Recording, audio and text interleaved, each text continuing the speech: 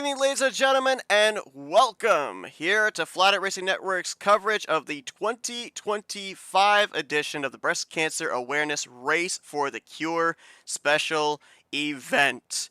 I'm Seth Cole, and last year I had the privilege of joining the boys in the Tarnation TV broadcast booth. We have flipped the script here tonight. It is an honor and privilege to welcome Blaine Donlin, Rod Weston here into the FRN booth. Gentlemen, we had a blast calling this race last year. Looking forward again here tonight.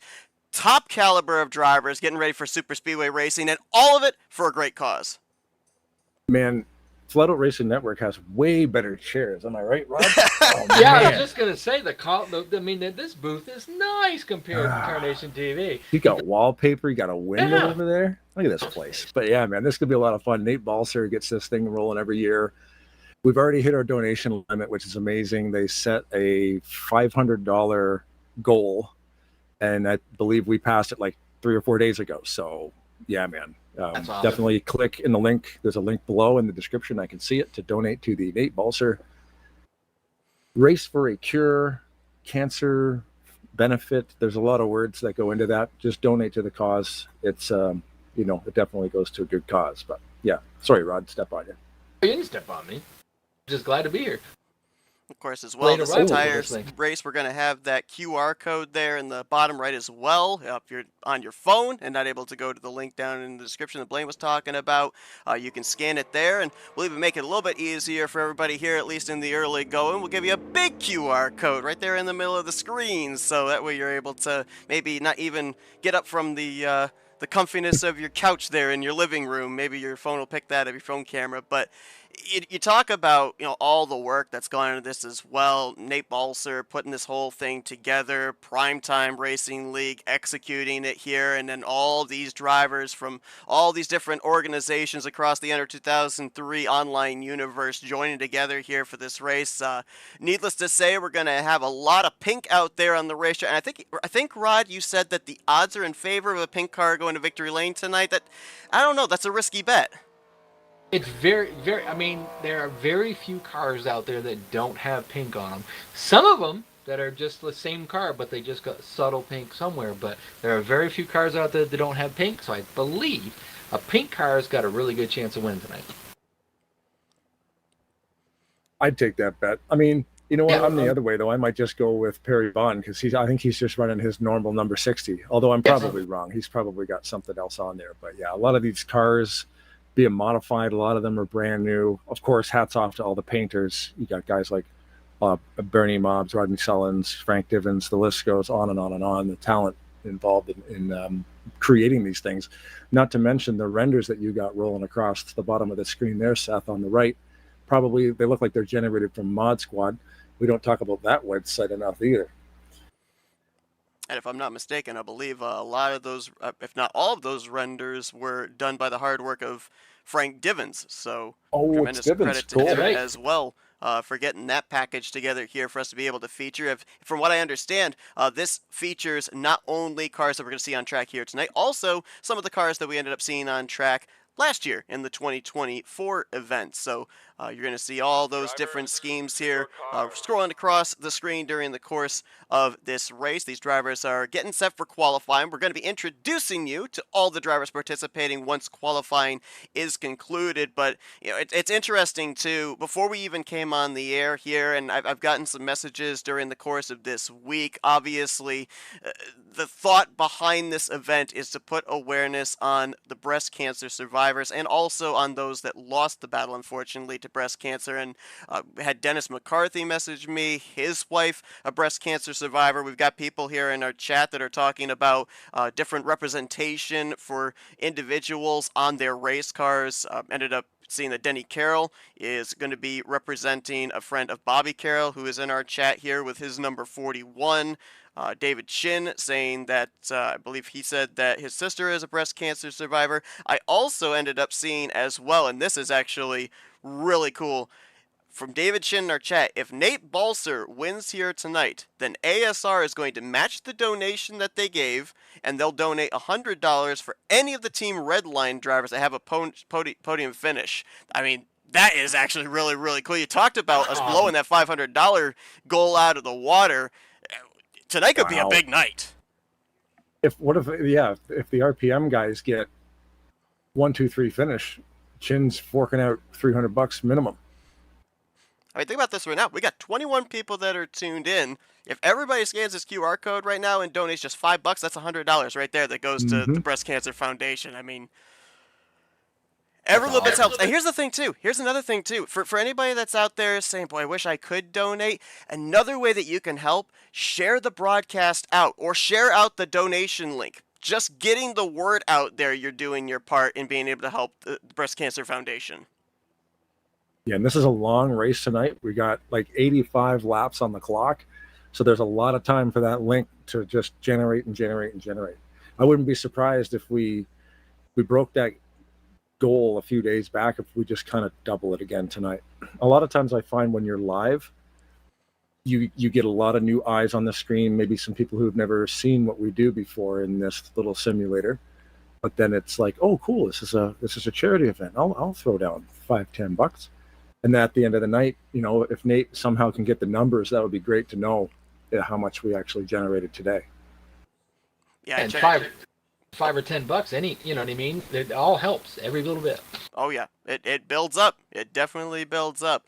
Yeah, I was looking earlier on today. Unfortunately, as you said, Blaine, we don't necessarily have the live numbers on the page. We know obviously that the $500 goal was very quickly broken before we even came on the air here tonight. But yeah, it would be really cool if we were able to get ourselves a total. And we will be talking to Nate before the broadcast is concluded. We'll more than likely open up the floor to him, talk to him about the organization of this event and everything after the checkered flag is waving, and maybe get that total before we leave you here tonight. They are close to wrapping up qualifying here, and one of the rare times where we end up seeing where they actually are able to go out there and set a qualifying lap. It's going to be interesting to see here because I don't know what it is, but when it's a special event at a Superspeedway, drivers have an entirely different mentality on how they approach the race than if they were racing for points. Maybe a little bit added aggression, maybe a little bit more willing to make a risky move. Do we see that tonight? There's 85 laps, though. We got to pace ourselves. Mm-hmm.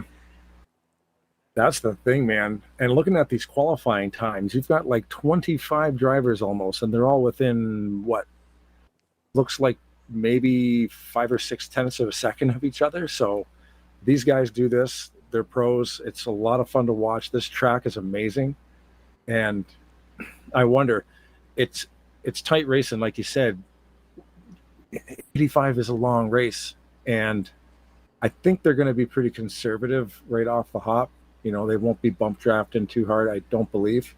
But then again, if they do, we're in good hands. Plus, you're going to see 3 wide racing probably all night long. And this track is pretty cool for that. And you'll get a bunch of the guys that'll run that high side, the middle, and on the bottom. First time I saw it, I was just amazed. I was like, wow, these guys, they can't keep doing this. And they just keep going and going and going, lap after lap. It's pretty cool.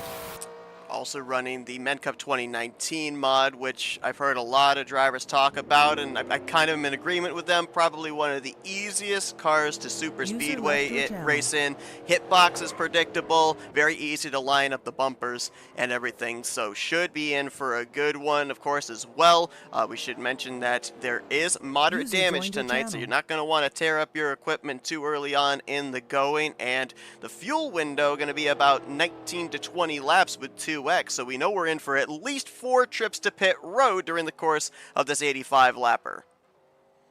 Well, Seth, I think we got to get up there and let these guys introduce themselves. Sounds good. We'll do that right now here. Find out all those drivers that are going to be taking the green flag here tonight. A great race for a great cause.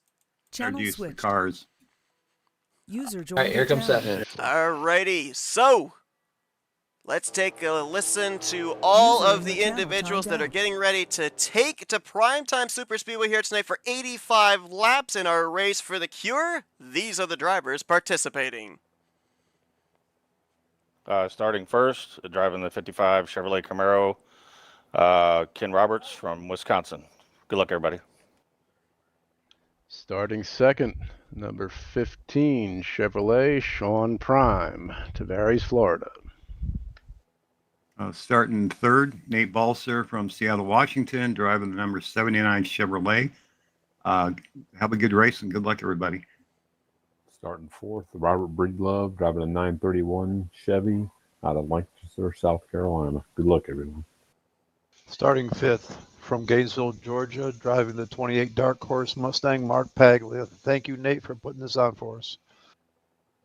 Starting sixth, Jeffrey Elliott, driving at number 56 from Elon, North Carolina. I pray for everybody that's been affected with cancer and is going through it this time. So we all pray. We're going to race hard for y'all. Thank you, Nate, for putting this amazing event on.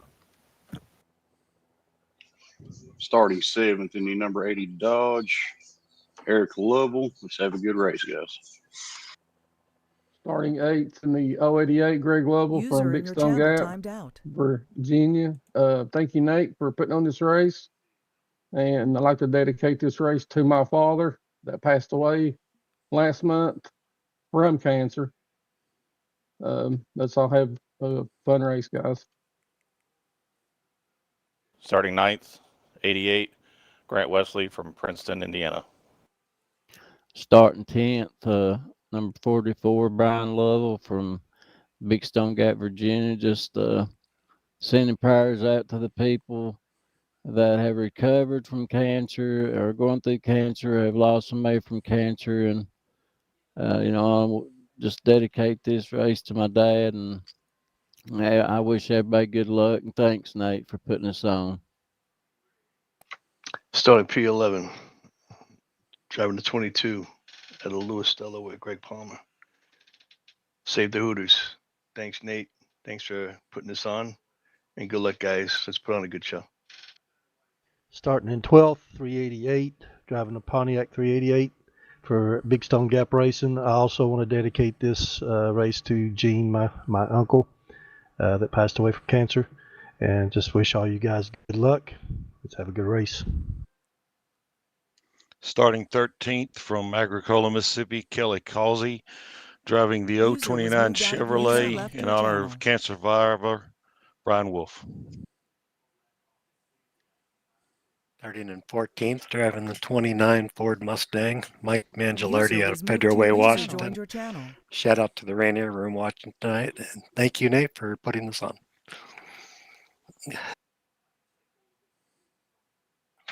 Driving the number 63 Pontiac Trans Am, Keith Bynum from Austell, Georgia, and appreciate all the donations to go for the cure for cancer that's come in. It's really a blessing to see people that care.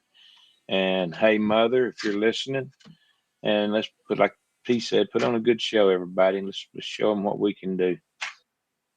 Starting position 1694, driving the Flatout Racing Network Breast Cancer Awareness Chevrolet Camaro, Jessica Lorley from Florence, South Carolina. Dedicating this race to all the cancer survivors and anyone else who lost a member to cancer in the past years. Thank you. Thanks to Nate. Starting 17th, Javier Negron from Bridgeport, Connecticut, joining the number 40 Toyota Camry. Thanks, Nate. Starting in 18th and driving the number 24 is Graham McDonald from Sarnia, Ontario. Good luck, everybody. Starting in 19th in the danger zone. Hailing from Bettendorf, Iowa, the 08 Tim Nosker, and I'd like to thank Nate for putting this on. Let's see if we can raise some money. Starting 20th, number 2 Camry, Josh Slocum. Thanks, Nate. Appreciate this, and good luck, everybody. Starting 21st, another Josh Metallic, driving the number 39 Chevy. Thank you, Nate Balzer, for putting this on. FRN for broadcasting. Good luck, everybody. Starting 22nd, Garland Oaks from Martinsville, Virginia, driving the number 67 Toyota Camry. Starting 23rd, number 26, Billy Elliser from Lexington, South Carolina. Starting 24th in the 024 Chevy, Race for the Cure, Miss McCarthy. Racing for my wife, the survivor of 5 years, Karen, and thank you to Nate. Let's raise some money. User in your channel timed out. Starting 25th, 41, driving for Rebecca Maggart, a friend of my wife who lost her battle with cancer, but we're still going to race for her. User entered your channel. Starting 26th, Stephen Brandstetter driving the 510 from Randolph, Oklahoma. Let's have fun, guys. Starting 27th, driving the 74, Robert Spring from Madison, Ohio. Thank you, Nate.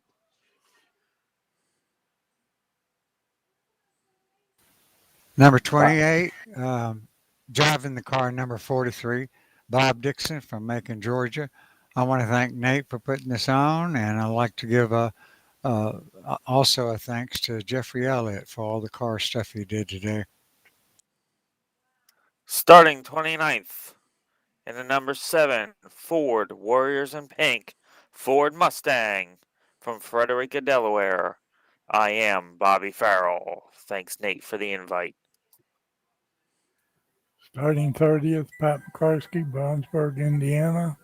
Thank you, Nate. Good luck to everybody. Starting 31st, number 60, Perry Bond. He is a survivor of throat cancer, gentlemen. I'm racing for Perry, Brian Wolf, and Bobby Dixon, and everybody else out there. So Perry says good luck to all you guys, and let's have a good race.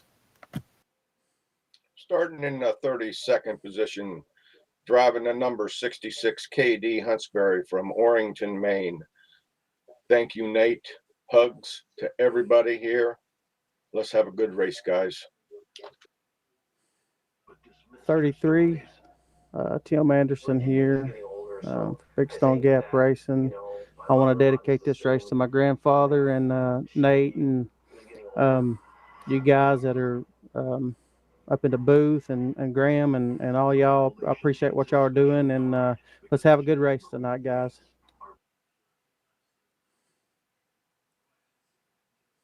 Heiser. Starting 35th in the number 3 Jim Goodrich Chevrolet out of Mount Sterling, Kentucky. Thank you, Brother Nate, for putting this on. Thank you to everyone involved, and to God be the glory. Number 47, Andrew Miller, Harrisburg, Pennsylvania, racing the Pinktrified Power Rage Chevrolet. Shout out to my mom and dad and all my friends watching. And thank you, Nate, for putting this on. Let's have some fun, everybody. Starting in 38th, the number 96 for Ulysses Sandoval. Good luck, everybody.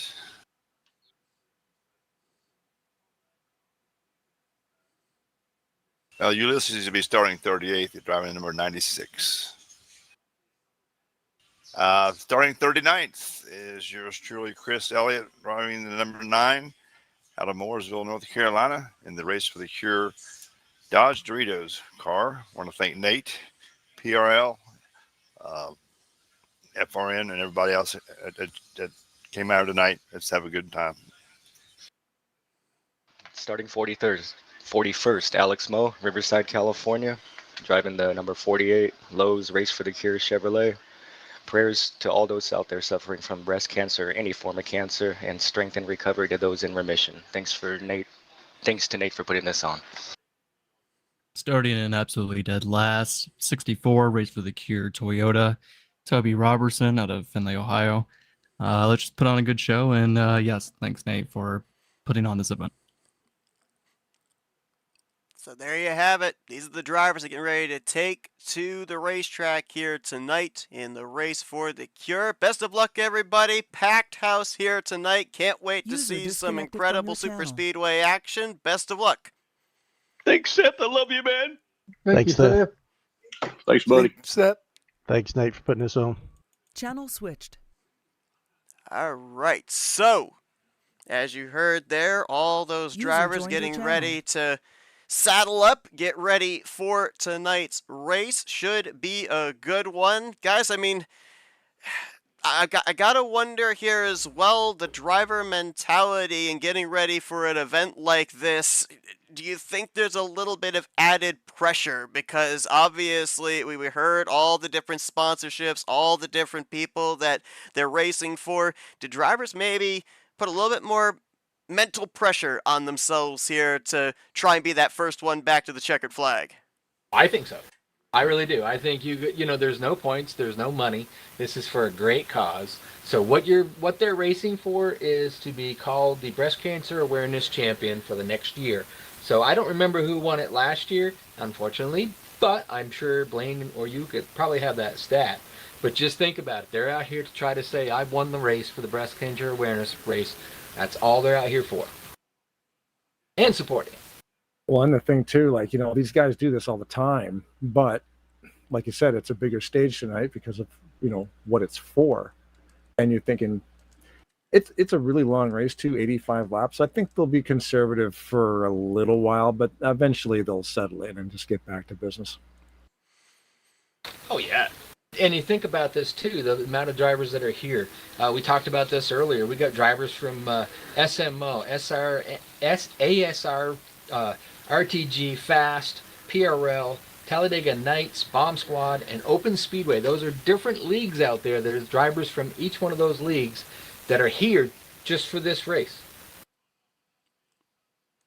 Yeah, coming together, and like I said, this is a stacked roster. Of course, not everybody could be in this race. There's too many names to pick from, but Nate had this list, and it's got to be tough for Nate because he can't bring everybody he wants. But whoever he does bring, it's going to be flawless. Yeah, and unfortunately, there were a couple of people that were slated to start this race, but time constraints, other prior responsibility or obligations, were unable to do so, and still a number of others were able to come in as fill-in drivers and be able to have it be a full field here tonight. And you're wrong in just one thing there, Rod, because there is something to race for. We ended up finding out earlier on this afternoon, there's actually a trophy on the line for the drivers. So there's a little added incentive right there. Yeah, that's right. You got that trophy that you can put on the mantle and said that you won this. I forgot about the trophy. My bad. It's a cool looking trophy. Nate sent a picture through. It's like it's got the actual like the wooden base. So they're going to be able to put rivet a great big plaque onto the front of that thing, depending who wins this deal. And then it's got the pink ribbon, kind of like a 3D kind of metal. It's like a metal looking thing, like it was fabricated. It's the ribbon, the breast cancer ribbon, so it looks pretty sweet. But you also think about it too, it's an invite-only race. So you had to get an invite to come to this race. And like you said, Nate had to choose it. You go down that list, it's the who's of super speedway racing in this community. I mean, there is not a bad guy out there. These guys are going to be running for it. Like I said, this is tracks able to run 3 wide. You're going to see it run 3 wide. And girl, sorry, my bad. I forgot about Jessica's in there tonight. But it's going to be wild to watch these guys race 3 wide and just all night long.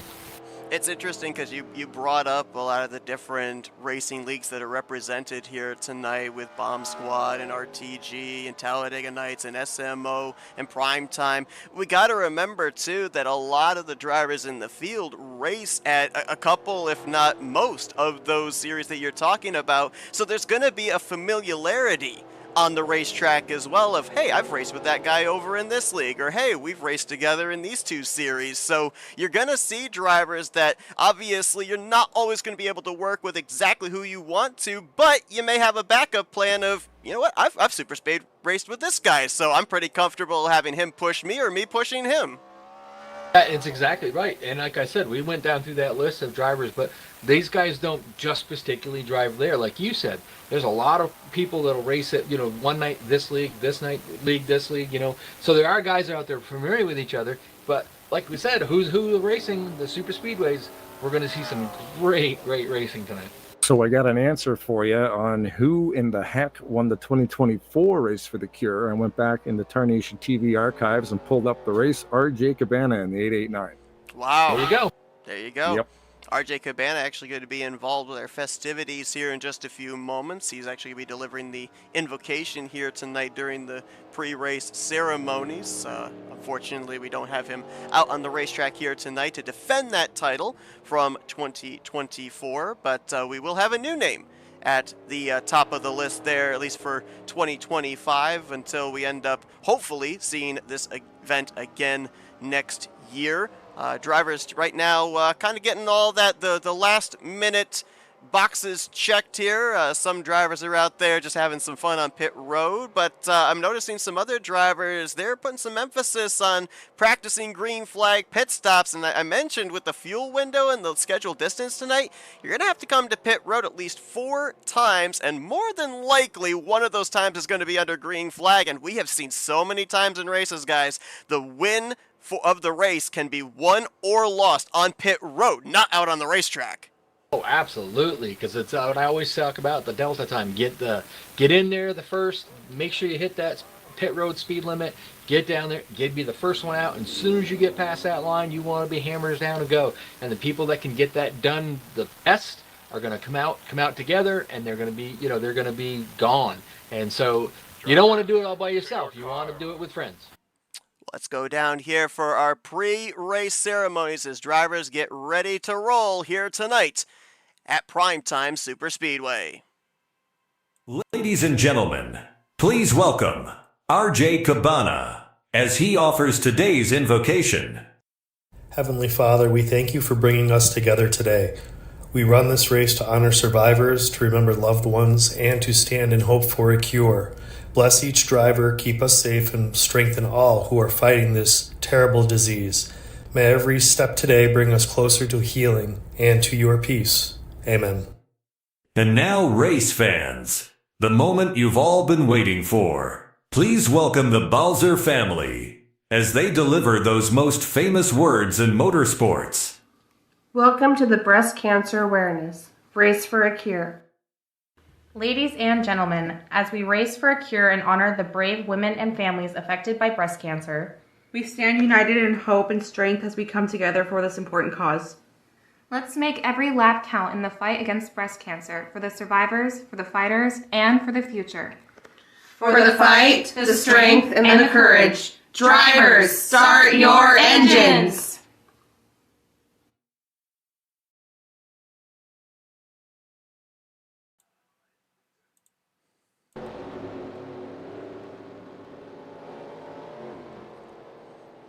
Command to fire the engines has been given. Drivers rolling out on the racetrack, 2.66 miles in length. As Rod pointed out, we're going to see them 3 wide all night long. There is room to go 4 wide, and I don't know if the momentum is there and the space is allotted. They may venture up to that point, but again, just looking back through all of these cars, a stream of pink as far as the eye can see. A lot of these paint schemes we're used to seeing on a regular basis, but they've incorporated the pink color in some way, shape, or form. And then for a lot of them, either rolling over cars that we ended up seeing back in 2024 or a brand new paint scheme here in the cause here tonight.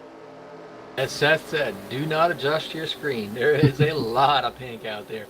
And, we're all thinking that a pink car's got a really good chance of winning it, but Blaine said he's going to take the one that's not in pink. So that's good for him. We'll let him think he's going to win it, but pink's going to win it. I'm telling you. Well, that's the thing. Even the guys who aren't driving pink cars, they still got pink spoilers. Well, some of them do, yeah. Very a couple few of them that don't yeah. have pink. See, Jeffrey Elliott, There's no pretty pink close. on It's his car. purple. Yeah. Got purple, no pink.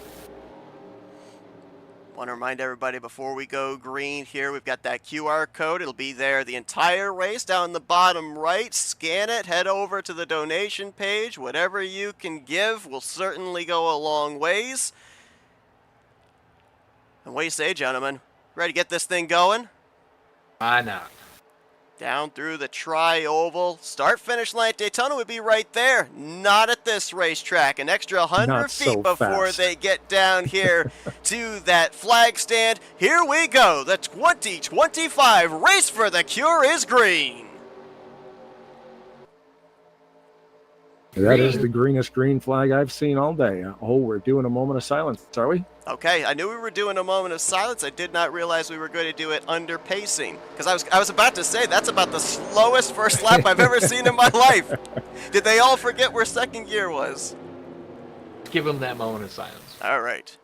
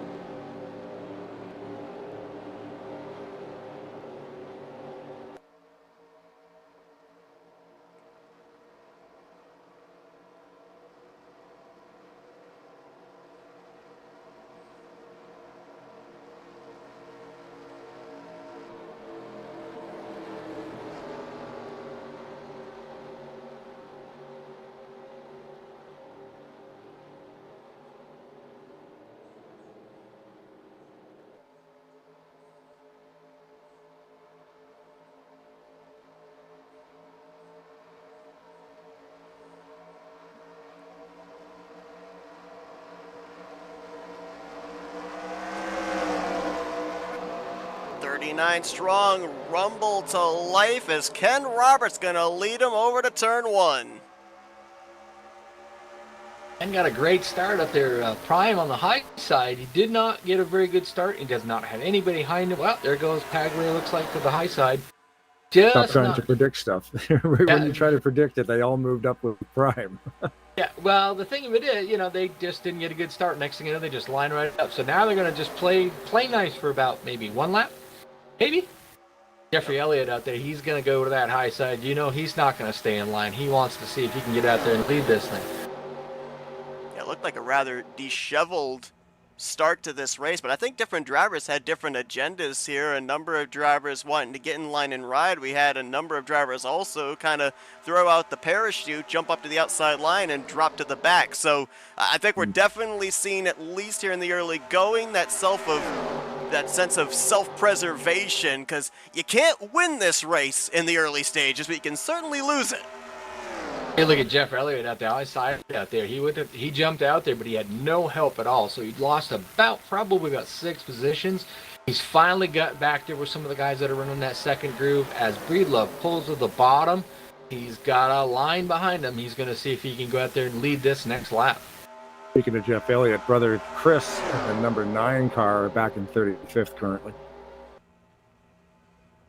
Breedlove's not going to do it. Ken Roberts sees that power move coming from the bottom, pulls down there, takes that momentum away, and he's going to lead the first or second lap, I should say.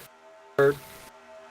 And more drivers going up to that outside line. Balser leading the charge. Sean Prime behind him. Paglia, Wesley, Palmer. We've also got Kelly Causey up there. He hooked up with Jeffrey Elliott, and they're going to try a third lane. That might be the one car in the field I'm going to have the most difficult time remembering who it is. I'm so used to Buckshot running that patented 00, but he's in the 029 here this evening. Angelardi on the high side there trying to get that third group going. He's got Elliott behind him. He's got Jessica behind him.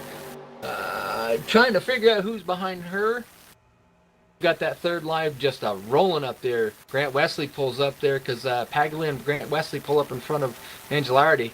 They see that momentum coming. We always talk about this, Blaine. When we get to these tracks, you see the momentum coming, you go up there and get in front of it.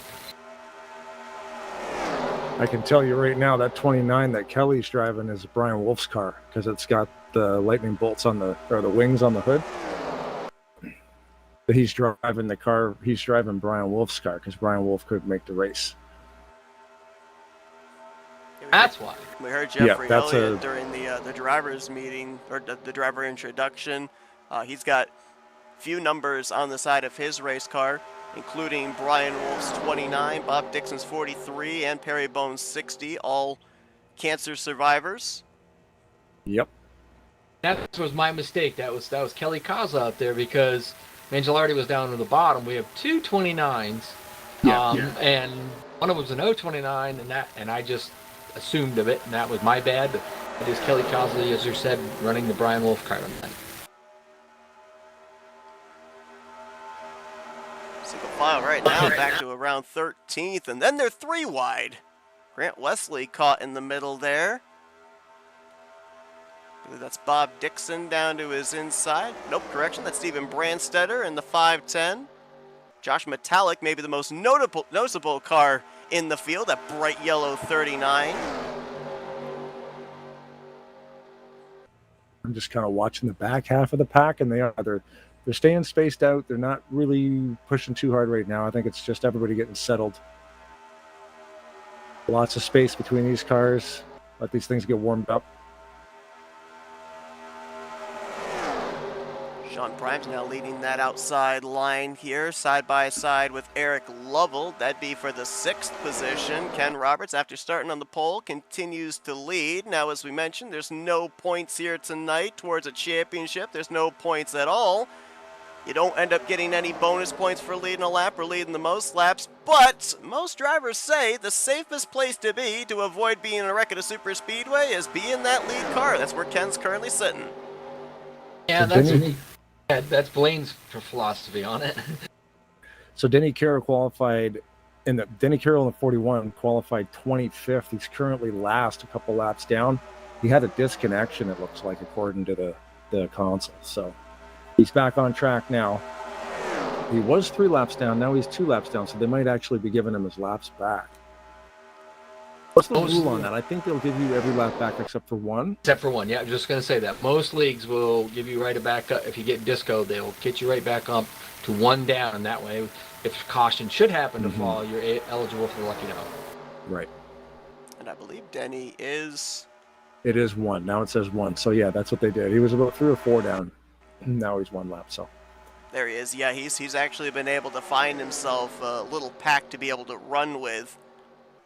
Tony Roberson, as well as Katie Huntsberry and Alex Moe, making up a little quartet there. See, no, I thought it was Roberson, but in the driver introductions he said Robertson. So I've been saying your name wrong for years. So have I. Probably decades. And it's going to take me probably just as long as I've been calling his name wrong to say it right.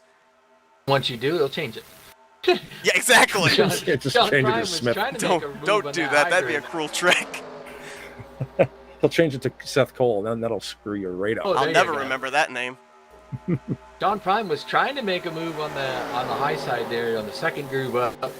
They got a little bit kind of straight up. Kelly Kaza was trying to get win on the outside of him, trying to make a move, but then they kind of got back in line a little bit, so they got that outside line rolling. But he'd made it all the way up to about the 3rd car on the inside until they just the guys behind him kind of left him hanging a little bit. Now they dropped back about 3 positions. Dropping back here towards the rear of the field, we've got Kristen Bynum in our chat asking what number her father is. That'd be the number 63, right now in the 33rd position, but in this lead pack, still in the hunt. Currently, I think, just riding, waiting things out, seeing this double wide, 3 wide ahead, and thinking maybe not quite the time to start making a charge up through the field. It is hard to see if you're looking on there which one's which, because normally we see cars all kinds of different colors, and now we see them all pink. That's a thing too, right? Like, you sometimes a driver's instinct in super speedway racing, if you don't have your F2 up, if you're not able to necessarily see the number, you can associate with the paint scheme of knowing who is who. Now you got them all pink cars. How do you know who is who here now? Of course, when you got an event like this, where some people that race at different leagues may have different numbers, so you also might have that driver in a different number tonight. Like we say, Kelly Kaza tonight in the 029, normally we see him the 00, as you said earlier. Well, and then there's a race that you participate in. Sometimes it's broadcasted, Seth, the Holodega for Halloween. So everybody's coming out with, horror-themed cars, and everybody's running special Halloween themes. So it's the same thing. It's a combination of drivers from all these leagues. Some got to run different numbers, and they're all going to run different paints because of the holiday. And to what Rod was talking about this as well, not always the same numbers in those type of events too. Sometimes you kind of maybe throw it back for nostalgia's sake to a number you ran 5, 6, 7 years ago. I think Ken Roberts has just led every lap so far. He's just everybody else is kind of content on the bottom there just to follow him. But I think you see, we have no cautions yet, and I don't want to bring that. I'm so glad you said it, because I was thinking, do I dare try and invoke the commentator curse? So now it's on you, Rod. Yep, it's all on me. But, we got about 7 laps, so we're going to start seeing pit stops. So you're going to see these guys kind of try to figure out, in about probably 4 laps or so, all the guys on the high side are going to start going, all right, we got to get to the bottom. Then you'll see, some guys we've always known, like Bob Ditson, always one of the guys that likes to pit a little bit early. He likes to get out there and get in the pit without a whole bunch of cars. And that's the one thing you don't want to see, is all of these guys try to pit all at the same time. I actually have Greg Lovell with 2 laps led and Reed Love with 1. So okay. Ken has led the majority of them, but those other 3 were those guys. Like you mentioned, we know that Ken's going to be one of those first ones up at the front to have to come to pit road, because he's using up more fuel, creating the draft for everybody else behind him. He is not getting very good fuel mileage. Neither is Sean Prime on that outside, but they got that outside kind of rolling again, so they might be, they got just about a time enough maybe to get up there and sneak Sean into the lead, but all of a sudden they're going to have to start thinking about Well, we got to get down there to pit. But they're probably figuring that inside line will pit. Maybe they'll just kind of get out of the way and they can just drop down when they move. So interesting thing about the pits, because we're running a 2 times pit frequency here, which means we usually have about a lap 19 pit for fuel. With the parade or with the pace lap being silent lap, we might get lap 20, 21 maybe? Maybe. I mean, we ran it at 70 miles per hour. I didn't take notice to see if anybody was throwing in the clutch during that silent lap, but these are savvy Superspeedway veterans. I'm sure that most of them, if not all of them, were doing that. Has to be. They all probably were thinking that pretty much. Because not only do you get the low RPM of the 70 mile an hour, you can also get the clutch in there and kill the thing completely. So it's like, it adds up, especially in an 85 lap race. It'd be interesting to see. That's a really good point, because we didn't think about that. We're thinking that lap 19, lap 20 maybe. If you're one of the guys in the little bit further in the back, you're going to get a little bit better gas mileage. But you're right, one lap on going that slow, possibly everybody clutching. Maybe we'll see him get up to about maybe lap 22, maybe. That'd be something. I think that's pushing it, but that'd be pretty awesome if somebody could do it. Got 3 drivers back there trying to make a third lane work. Don't have a whole lot of help. I think that's Jessica Lorley, Josh Metallic, and Tim Nofsker. But we're getting awfully close here to that fuel window. I don't think anybody's all that anxious to try a third line. To your point, Ron, I think everybody's praying a hole's going to open up on the bottom, make it a little bit easier to be able to get onto that access lane for pit road. But you got to think too. You got about maybe 2 laps. These guys are going getting down to the bottom. Let's see what we can do on that high side. Just to see if we can we start making hay up there, or is it just not going to work? There's only 3 drivers up there. They all are very tight, very good line. They're right tight together. They're going to make up some ground. But you still gotta have more people helping you out to get you pushed up there to the front. But just as soon as you start going up there, you're gonna see drivers just like Jeffrey Elliott did. He pulled right up in front of Jessica, because you see that momentum coming. They're gonna try to get in front of it. Interesting little discussion on the YouTube live chat. Rodney Sullivan's not in this race tonight. Driving home from Kansas Speedway. Hate that I'm missing the race, but I'm listening to it. Cool thing is that he has his Habana Brisa hood from the 2022 Talladega race in the back of his truck. Nice. Oh yeah, we talked about that. He designed that car in this game. Somebody on a real NASCAR team, Bob Dixon, going to the pits all by himself. Not surprising that he pitted early. Nope. Yeah. So somebody saw the work that he was doing, because he's posting renders, much like you're seeing in the bottom right-hand corner. Thanks to Pippins for those. Like, man, this guy knows how to paint cars. Somehow they adapted NASCAR 2003 template and hooked Rodney up somehow to make sure that car became real, and he got to sit on the pit box and stand behind the wall and got to see a car he actually painted race in that race. And now he's got the actual hood off of that car. That's pretty cool. Very cool. The whole thing came full circle. That's amazing. Rodney Sullins, it's funny you say that. I was going to mention it because he was the guy, I don't know, about a week or so ago that put on a how to hot pit clinic. Oh my goodness. Oh my God, was that insane. Yeah. He was on the binders, and the car was almost sideways. He hit the commitment line at 100 miles an hour, went through 12 pit stalls, and didn't get a black flag for the 55 mile an hour speed limit. Crazy. These drivers, they know all the tricks of the trade, and I think we're going to probably see some hot pitting here, and maybe this lap. I'm seeing some radios lighting up. I think the 55 might be having his hand out the window. Let's see who else comes with him. We've seen incidents take place here on pit road that don't necessarily bring out the yellow. Elliott has already completed his too, so he's just headed back out into turn 2 right now. So We got one around in the tri-oval. That's Garland Oaks, but green flag stays out as most of the rest were able to get onto pit lane. Saw Bob Dixon go back down to the pit road, so he might have got a speeding penalty on his last pit stop. Oh, let me check that out. A couple of drivers from that pack further back that were with Denny Carroll, also hitting pit lane there. The 49 under green, the 43 just did a drive-through. So yeah. Looks like the 60 Perry Bond may have also gotten a speeding penalty. As here come the rest of the leaders. Ooh, we are 3, almost 4. Ooh.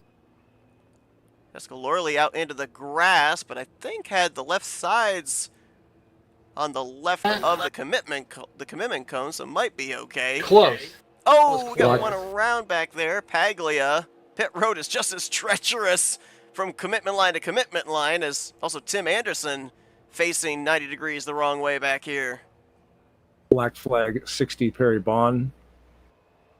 Looks like Alex Moe may have overshot his stall. He had to back up. A lot of pitting woes here for drivers on this first cycle of pit stops.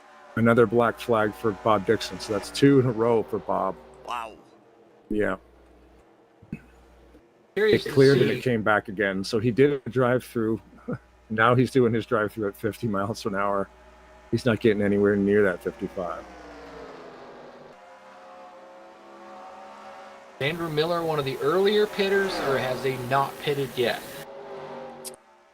He has been to pit road, so he was one of the earlier pitters. He is coming around right now. He's just getting ready to pass Wesley. I'm just kind of curious to see where he's going to end up. It's going to be pretty close because they're coming at him with a head of steam, and the other guys are just getting up to speed. Interesting to see where he comes out as far as the finish goes.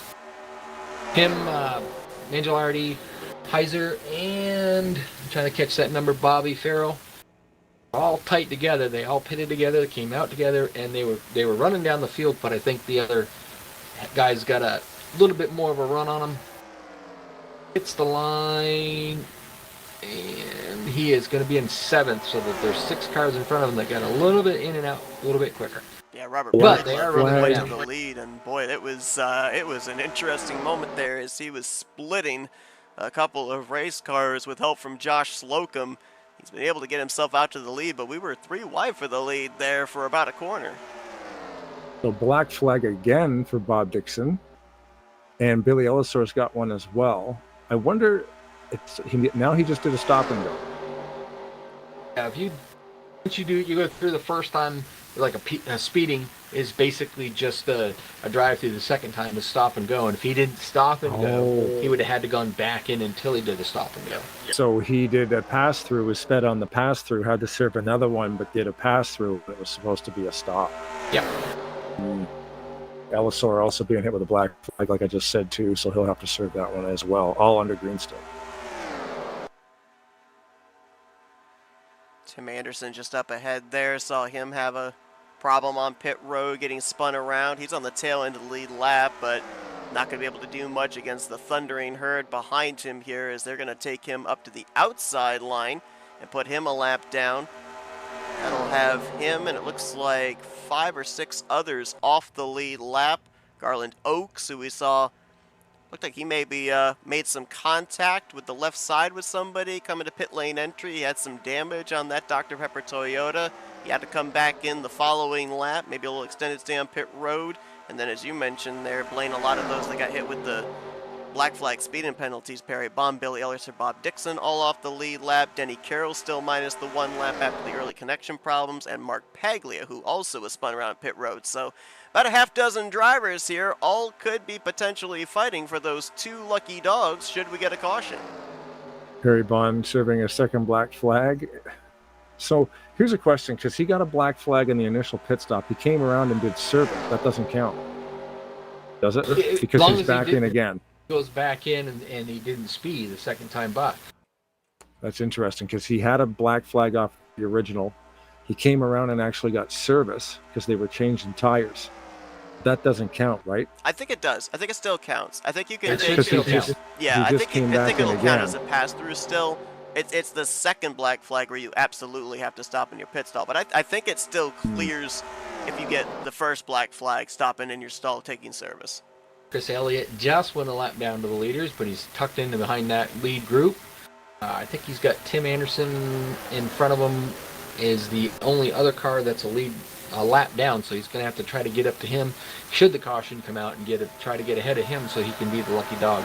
At current, a group of guys up there going as fast as they are, they're probably a run down a few more of the stragglers that are out there. Perry Bond has retired. Too bad. So he'll finish 39th here. First driver out of the race. 13 drivers on the lead lap in the lead pack, but there are a couple of lap cars with them.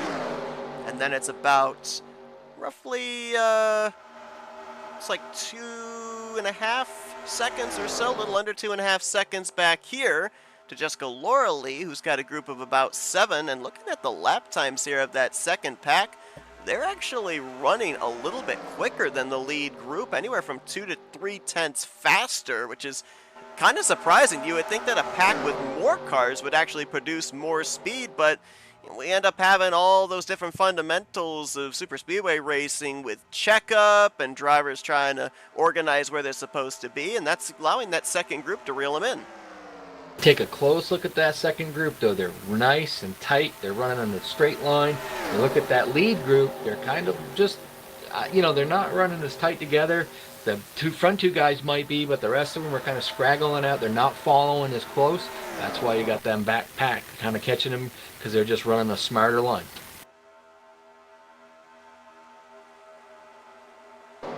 Further back behind them, you've got a third pack being led by Jeffrey Elliott. Yep. They're formed up pretty good back there, too. I was just watching that pack. Greg Lovell, Keith Bynum, Graham McDonald, Javier Negron, as well as the lap car of Bob Dixon and Steve Brandstetter in this group. This is back to 26th place. You say that second pack led by Jessica Lorley, they're just watching the speed on their car. Just bouncing off 202 coming down into the corners there. Lead pack in front of them, they're not running single file. The back part of it's running double file. That's allowing them to catch up to them a lot quicker. See which way that they decide to go. See, Wesley was up there trying to get the second group going. Lorelei decided not to go with them. They had the momentum, that's for sure. That's for sure. They had a lot more momentum. 28 laps in here as we get ready to cross the line. Gary Heiser in the 9th position. How about this, guys? Lap time of 47.291. Fastest lap of the race so far, 202.295 for the 3 car. Wow. That is getting it done. See, and that's interesting because the fastest car is never the car in first. No. It's always the guy in the middle. Getting a good draft, getting a good bump at that perfect time, or perfect timing. Oh, it's getting tight. Oh, no. 94. Ooh. Jessica on her lid. On her lid. Grant Wesley involved as well. Chris Elliott back in that area. Laura Lee going to come back onto the wheels, but that back end's pretty crunched up. No caution. Now it is. Yellow is out. Yellow is out now. I'm going to say it didn't come out for a minute. And there's about half dozen drivers that were about maybe a quarter of a racetrack ahead of going a lap down that are all letting out a collective, ah. Yeah. I don't really know what happened there. I'm just kind of replayed it a couple times. It just looked like it got pretty crowded. That's all it looked like. Jessica was forced to move. Tim It looked like Anderson it was should going be to the work, but it did not. Tim Anderson should be the lucky dog. Now, did they allow just 1 or 2 lucky dogs? I believe it is 2 lucky dogs. That would be, if it's 2, then it would be Tim Anderson and Chris Elliott going to be able to get their laps back this time around. That'll put 33 cars on the lead lap. Pretty good contact for Josh Metallic as well. Didn't see him involved. He got the outside wall with the right front fender. To your point, Blake, kind of tough to tell there if there was some miscommunication of what's going on there in the entrance to turn 3 or what. Balser. It didn't really look like anybody did anything wrong, really. It was just really tight in there. And yeah. Balser made a move to the inside of Jess. Grant was to the outside. Tim Anderson just ahead. That's a wild ride and a lot of damage on that 94. More than likely, even if she gets back out there, that car is not going to be up to speed. Not sure about engine damage, but certainly going to be slow in terms of aero damage.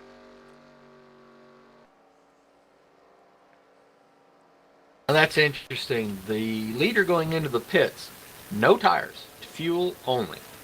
Which we know that the tire wear on a Superspeedway isn't that critical, but he decided to take just fuel to stay out front.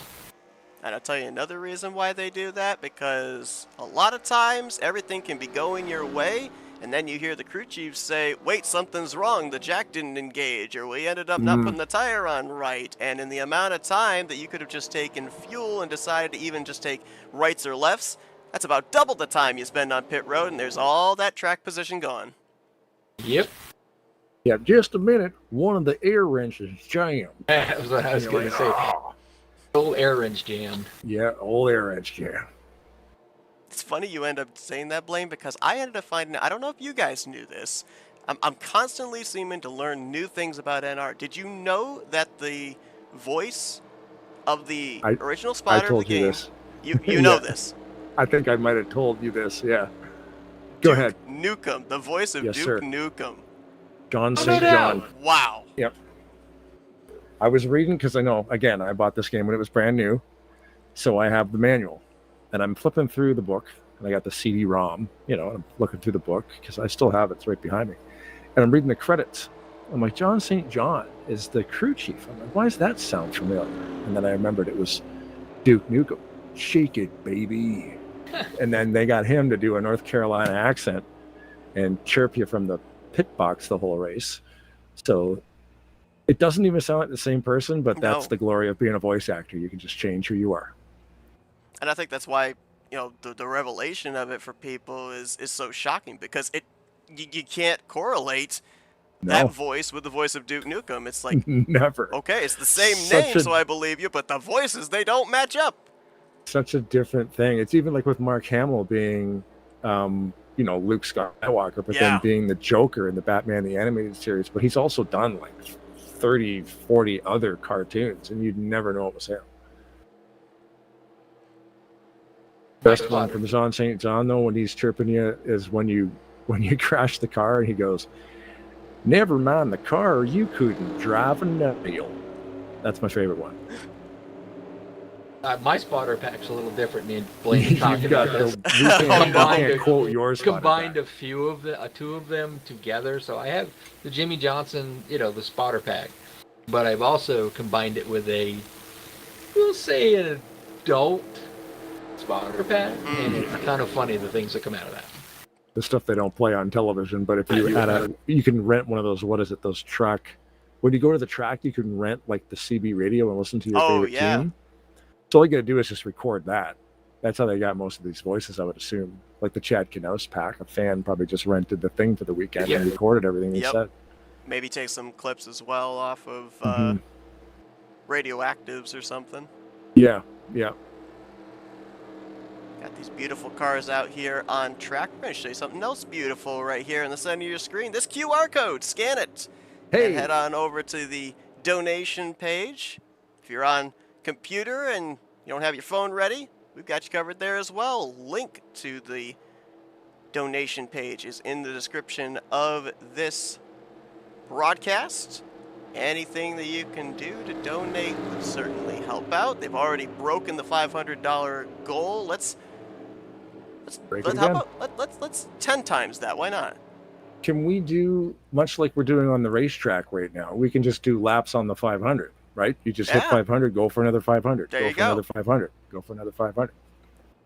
Look at that. Look at that QR code. Isn't that glorious? It's amazing. I think you should take a picture of it, everybody, and click the link that appears. Yeah.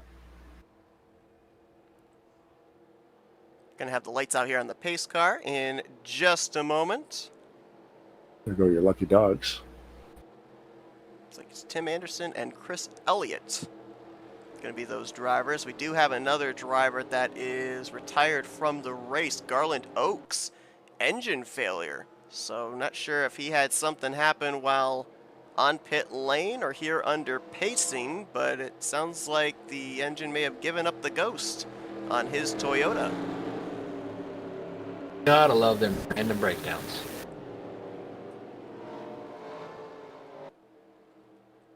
Robert Breedlove to the tie side.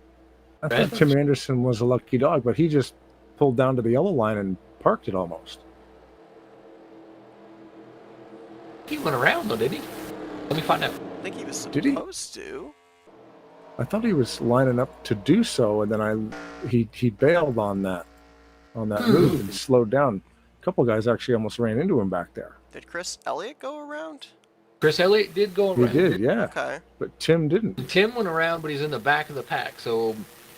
No, Tim didn't. Tim started to go around, pulled to the left, and stopped. So some leagues, when they do their lucky dog, add his lap back after we go green, maybe. Let's say some leagues have you drive around, some leagues have you just go to the tail end of the longest line. He might have thought that was what was going on. See, because you should have to drive around, because you should have to put on that 2.66 extra miles. You're right.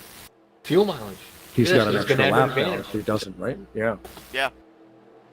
Well, he definitely was in the free path position. I believe when the caution came out, he was the first car one lap down. So he definitely was eligible for the lucky dog. We'll take a look here once they go green, see if maybe the 33 is going to be scored on the lead lap. But interesting here, Robert Breedlove electing to start on the outside line, yielding the inside to Ken Roberts. Tim Nofsker is going to be the drafting partner here in this restart for the 931. Josh Slocum is going to be on the inside. And we saw Breedlove and Slocum actually work together to get to the front after the cycle of green flag pit stop. So now they're kind of broken up here. Breedlove gets a great start, though. Get out too far. And Roberts comes back in at the bottom. They don't really have too much help yet. Looks like Breedlove's starting to get a little bit of pushed on that high groove. I've always seen at this track, the high groove will always kind of get beat on the inside going in, but they also have a better run coming out. Roberts goes to the high side in front of Breedlove, leaving that bottom for Josh Slocum, and Sean Prime behind him. Mangialardi behind them. Brian Lovell, the fourth car in line on the bottom groove. Starting to get antsy in that middle groove there, seeing that third line coming up here with Kelly Causey, Ulysses Sandoval, and Keith Bynum. Saw Nate Balser, Andrew Miller there, kind of almost looking like they were thinking about going up in front of that line, second guessing, staying in that middle lane. They'll go. Once that momentum starts coming, they'll probably pull up there. Right now, they just currently doing really good on the two grooves. Everybody's starting to form up on that high side, so we might see that third groove come into play here in a little bit. So Tim Anderson, he's went around a couple times. He's still -1, so I don't know why he didn't take the lucky dog.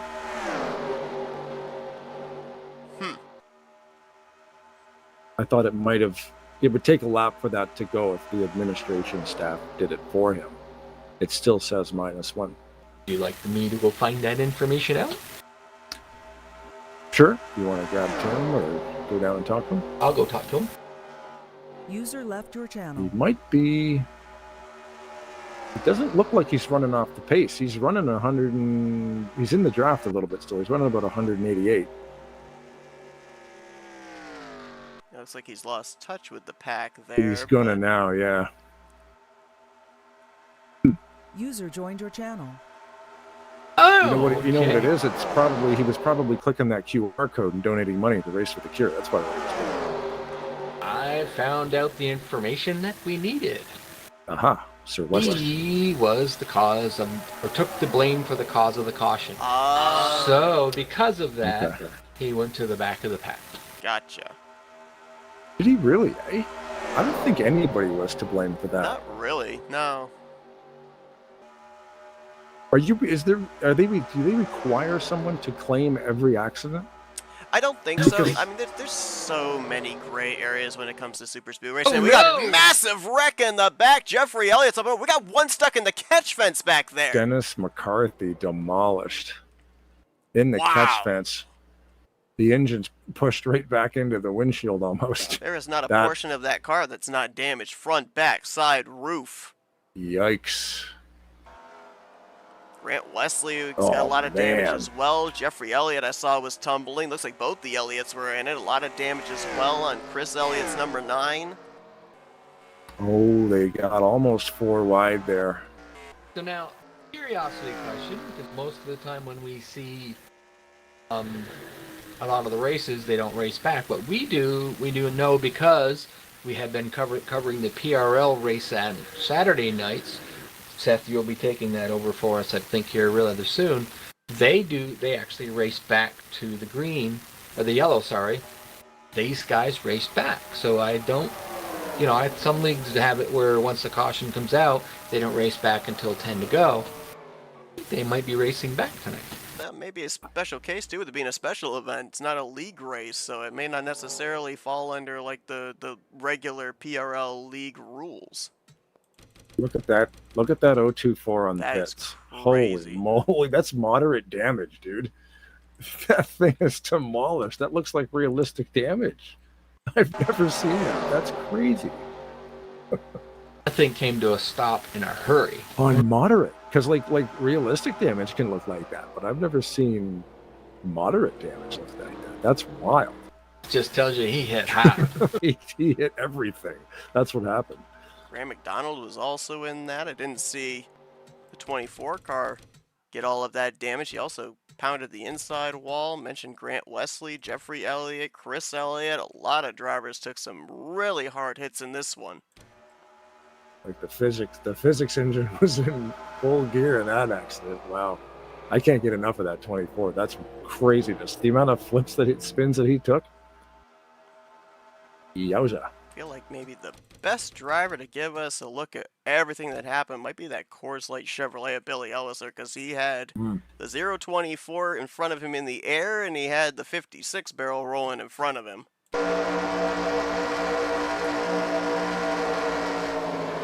I'm not seeing too many of the lead pack cars taking tires at all.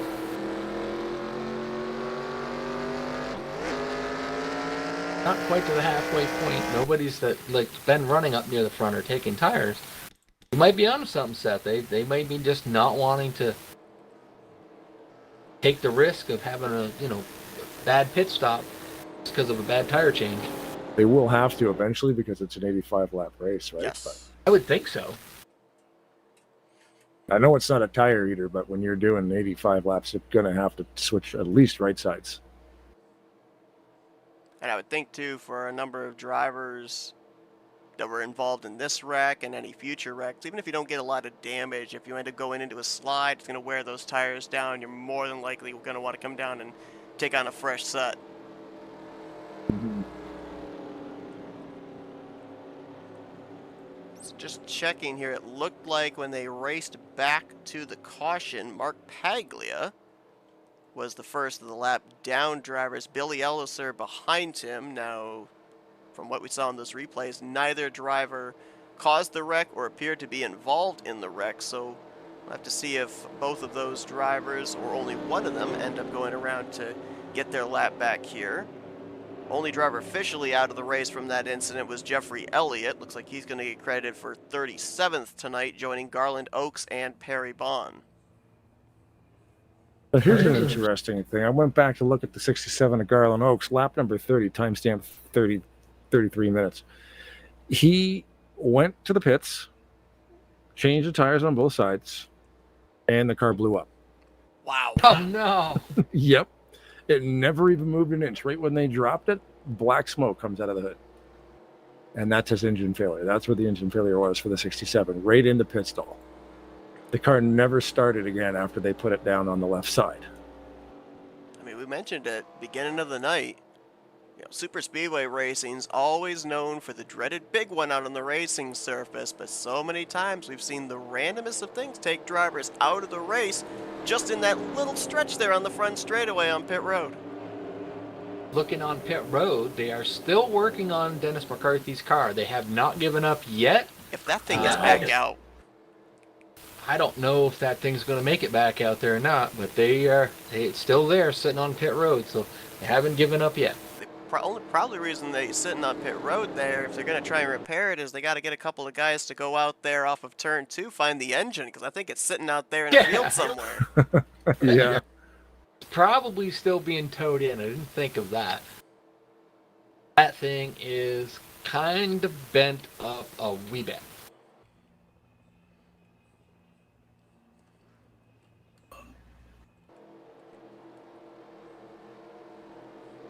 See Alex Moe coming out of the pits. That's a car. We haven't really seen much of Alex yet tonight, but keep your eyes peeled because that guy. Just keep your eyes peeled because that guy will surprise you when the end of the race comes out. He'll be up there near the front. McCarthy has left his pit stall and he is headed back out to the track. Wow. Can you believe that? Told you they were hammering on it. Dude. How? I don't know.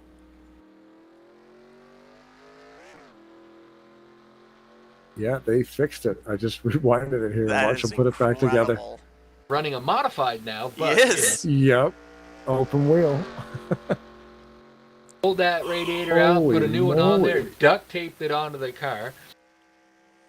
Have you seen moderate damage end up like that? I don't recall them tearing the front off very often on moderate. If had to hit hard. With the damage that he had, that catch fence just ripped the car apart. So yeah, it is possible. But you have to hit just the right portion of a racetrack at just the right angle, and he definitely did.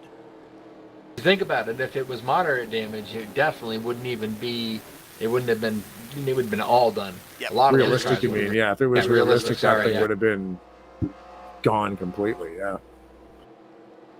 I think if it was if the damage was on none, he probably would have lost a lap, having to teleport back to pit road because that thing wasn't coming out of the catch fence on its own.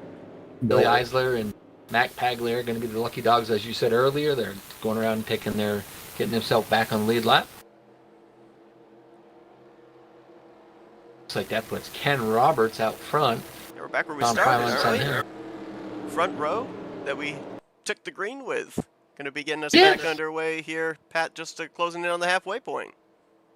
Oh, yeah. Robertson Prime. Let's see Sandoval, Poppy back there in the third spot.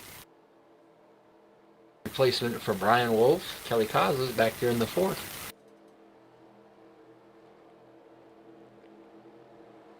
Still, as I say, how many we still have? What, 30? 39 on, sorry, 39. Where'd I get 39? 32 in the lead lap. With the additions of Elliser and Paglia, that would be correct. Interesting, the timing of this restart as well. I believe that we're not far enough yet into the window for these drivers to make it on one more stop. Still 2 more trips to pit road are going to have to be made in order to have enough fuel to go the rest of the distance.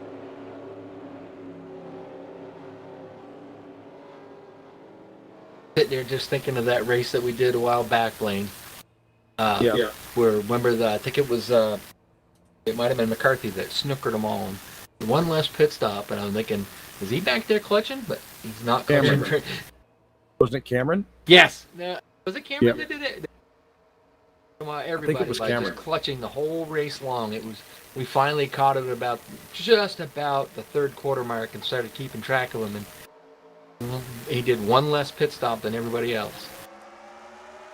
Prime got a good start on the outside there. Kelly Cosles got to get up there and a little bit tighter.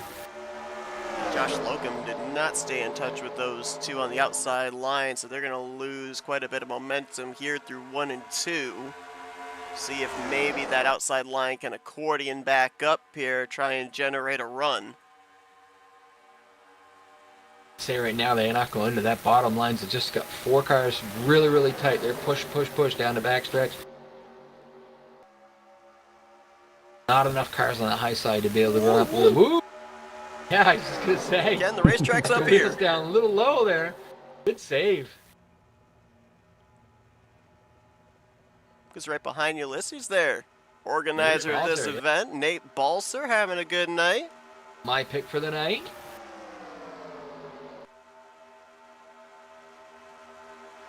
And get Seth to pick one.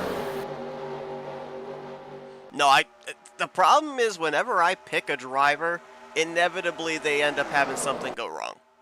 And then I feel like I'm the cause. I don't want to jinx anyone in this field. As Blaine will say, the broadcaster's curse. Yep, the commentator's curse. It is Did a you thing. say For that? anyone that says it isn't a thing, I've got about 5-6 years of proof it exists. Yeah, the entire channel.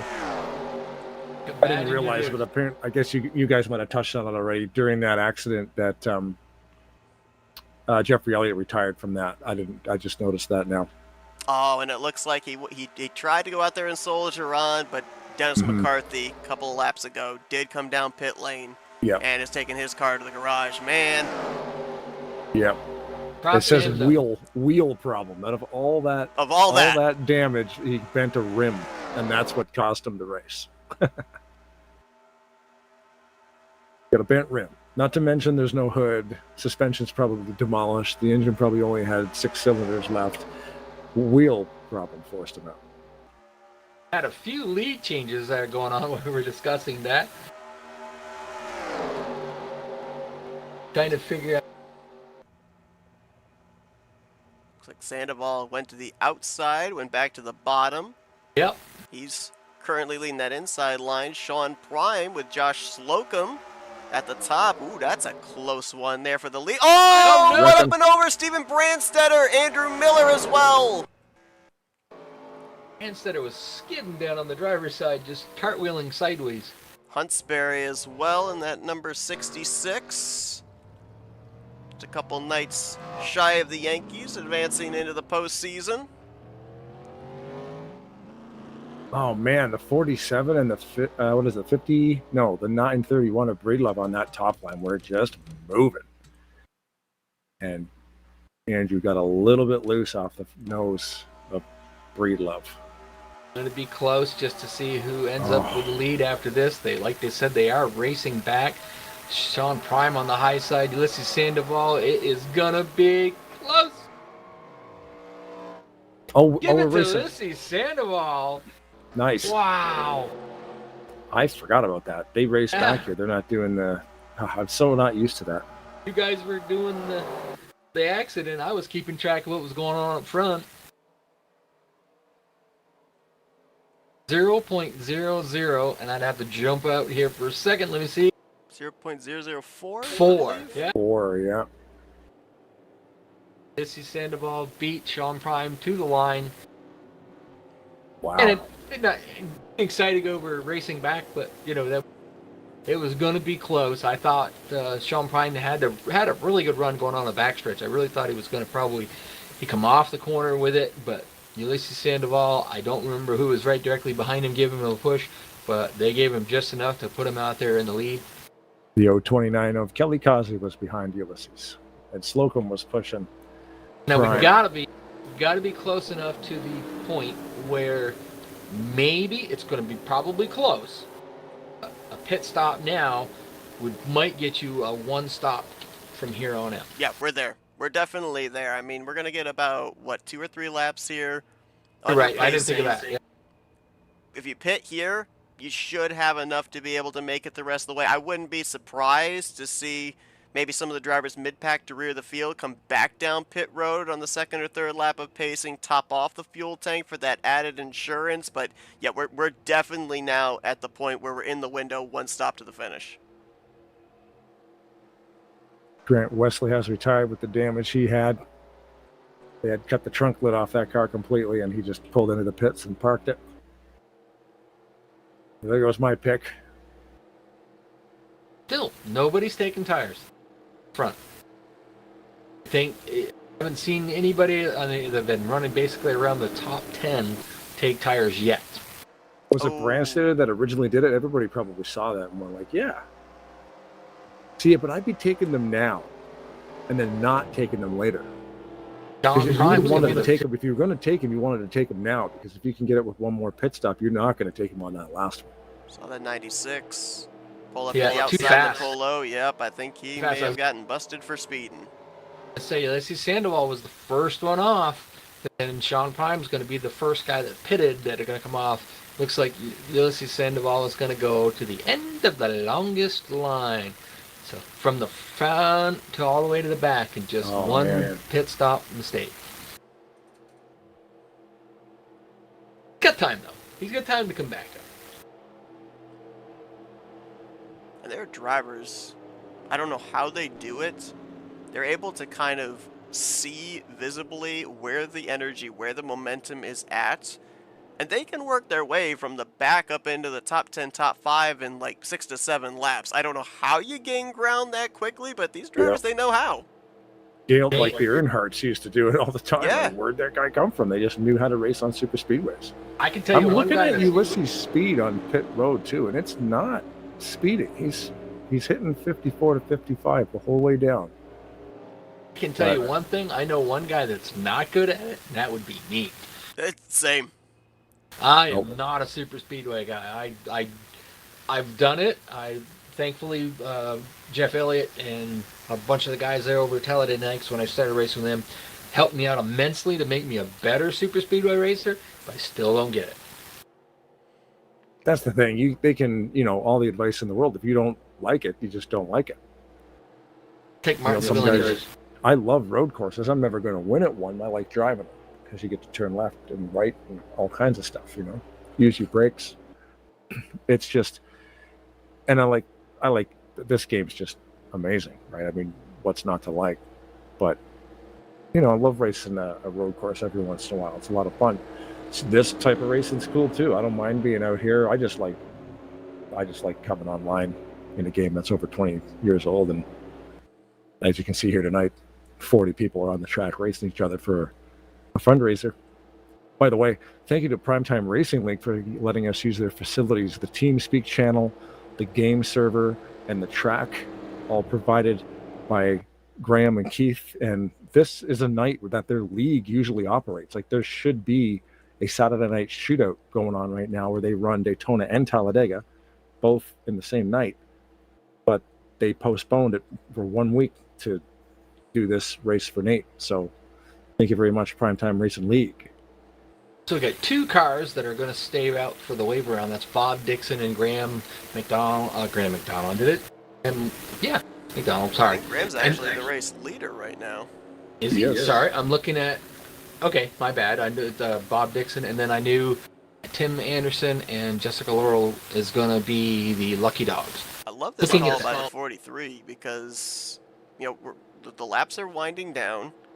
He was 2 laps down. Taking the wave around is going to get him to 1 lap down. Now, he will probably be the only driver in the field that cannot make it on one more pit stop at this point in time. He may have to come to pit road around 3-4 to go for a final trip to pit road, but I don't think we're done with cautions. So I like this gamble of getting one of those laps back here with the wave around. He would be the only driver -1, so the next caution, provided he's not involved in it, he's guaranteed to get back on the lead lap. Absolutely. And Bob Dixon will run the same strategy every time. He'll always he will always pit 2, 3, 4 laps earlier than everybody else, and he never veers away from that. And when you go to these leagues like Rolling Thunder, Talladega Nights, Primetime, he's won races here doing that because he never changes that strategy. So it could be, like you said, it's a very interesting gamble to take that wave around. I like it. On Prime's going to be the leader with Ken Roberts on the outside, Kelly Kaza. Then Nate Balzer's back there. He's still in the hunt. Like I said, my pick. I picked Nate Balzer. Who'd you pick, Blaine? I picked Wesley. He retired. By the way, 63 of Keith Bynum is currently running in 8th place. He's got people watching on there too. Then the only one that didn't pick was the safe guy. Was Seth Cole, because he wouldn't be wrong now, eh? Hey, I mean, I got people that are helping me plead my case in our chat here. Zach Rogers saying that Andrew Miller, our buddy over at Top Dragster Network, who's in that 47 here tonight, jinxed 4 people on Tuesday night. Yeah, and you said before, Rod, that Seth would be taking over for us here at Primetime on Saturdays. I believe it's actually Andrew at Top Dragster. Okay. Are you doing any broadcasts Andrew, for these guys, Seth, on the upcoming Saturdays? Not that I'm aware of. Okay, so it's Andrew then. Yep. We've got the David Cannon special event coming up this next Saturday, October the 4th. Cool. And then Saturday nights here on FRM, we're going to be covering the new season for the Talladega Nights Shake and Bake series.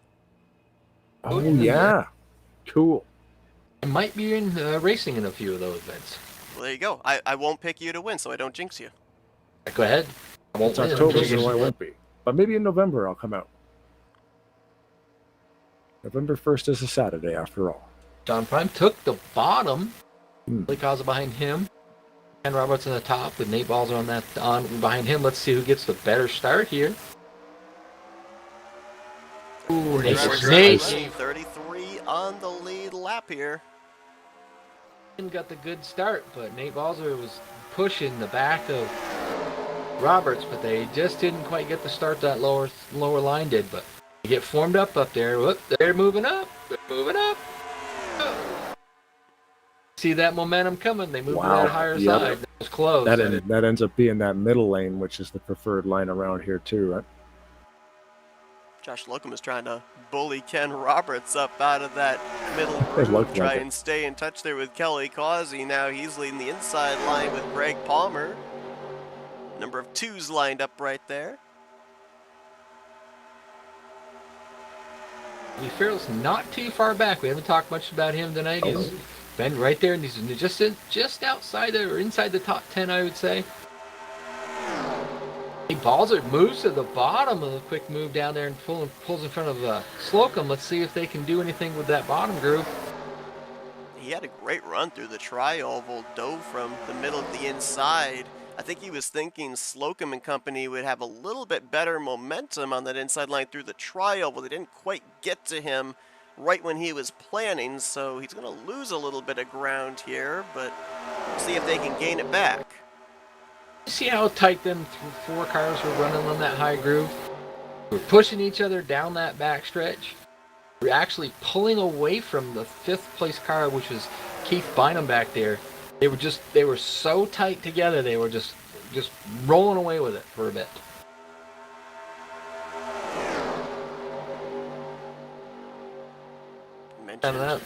Kelly Causey was just pushing him. Right behind Bynum, you got Brian Lovell in the 6th position. We were talking during the pre-race ceremonies about where the defending winner of this race from 2024 ended up starting, that being RJ Cabana. He started from the 10th position. Brian Lovell started 10th here tonight. Could lightning strike twice? Superstition runs rampant in racing, so that's a good one. He is a great super speedway. He's a great super speedway racer too, so don't count him out. Speaking of somebody not to count out, remember when Denny Carroll lost, 3 laps in the early going, got all but 1 back, got the free pass, starting to march his way up through the field, just on the outside of the top 10, 15th last time by. If he can, he'll get there. He is not, like I said, there's not a driver out here that you can't say that isn't a great super speedway racer. So it makes it kind of interesting when you got this many great drivers out there that are good at this kind of discipline. See who can get out there and get out in front and lead these guys. Currently, right now, it's Sean Prime, but of RTG. I'm checking out all these paint schemes and how awesome they all are. I'm really digging Toby Robertson's, the 64. So simplistic. I love that thing. 2 colors. Like not even a variation. He's currently in the 8th position. He started shotgun on the field. He was the last driver to roll off the grid. That was his driver introduction, starting dead last, Yeah. And here he is. A big thing too, in order to win these things, you got to survive them. Not that, we've had a lot of cautions tonight, but we've had a few of them that have wrecked a few of the drivers or slowed them down with just enough damage. That's the first thing you got to do is you got to survive. And he's done that all night. Started from the back, working his way up there. He's currently around the 8th position. Line's kind of single file in that top 8 cars. But not back here, outside of the top 20. They're 3 wide, a couple rows deep, trying to figure it all out, it seems. Robert Spring was in that middle line for nearly a full lap. We call that the sucker hole. It's weird at a track where the inside groove is really basically in this track is the preferred groove. But when they start going on either side of you, you go, and you're in that middle groove, you go backwards. And a lot of tracks too. It's a very nervous area to be. As we had one on the apron 79, back there. that's Paul Surrey, I think. Wow, good save. Able to pull back up in front of Mike Mangialardi. That could have been disastrous for the field. 4 wide through the tri-oval there.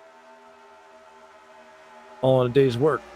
And I was just about to compliment the racetrack on how spacious it is. Well, the driver said, hey, look what we can do with all this space. I've done it. I love this track. 4 wide, let's do it. And you know who will go with you every time? Ooh. Jeffrey Elliott. More sideways racing in there, eh? Holy. There was some paint being traded there between the 40 and the 41. Javier Negron, Denny Carroll. They're still going to kind of lean on each other down the back straightaway. One of those guys was not a fan of that. That's for sure. They are real close. Boy. Don't know if you can necessarily classify Primetime Superspeedway in a 2.66 mile short track category, but they're racing like it is. They're smacking wheels. The 40 of Negron could actually reach out the car and he just got spun. Yes, he did. That was Billy Elliser, I think, that got him from behind. Caution's going to wave. Or is it? It is. Yes, it is. Remember, we raced back. It's like Ulysses Sandoval. Not sure if he was involved or not, but he was slow leaving the scene, and slow car of Graham McDonald here in front of the leaders as they're coming back into turn 3, getting ready to receive the yellow. Almost looked like that was an accordion effect that just kind of backed up all the way back to Ulysses Sandoval, and then it came back forward and found a couple of drivers went. Sean Prime going to lead him back here to the stripe. The 40, I'm going back in the replay here, the 40 got knocked around.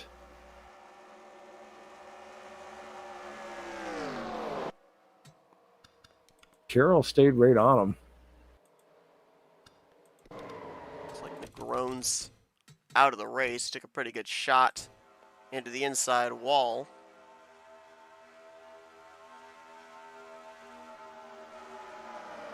Now, what do you do in this situation? You get a pit. If you pit now, I think you're gonna be Maybe short, right? short. You're gonna be just a little Definitely short. short, yeah. I don't know if you saw it on your end there, Blaine, when you were watching that wreck.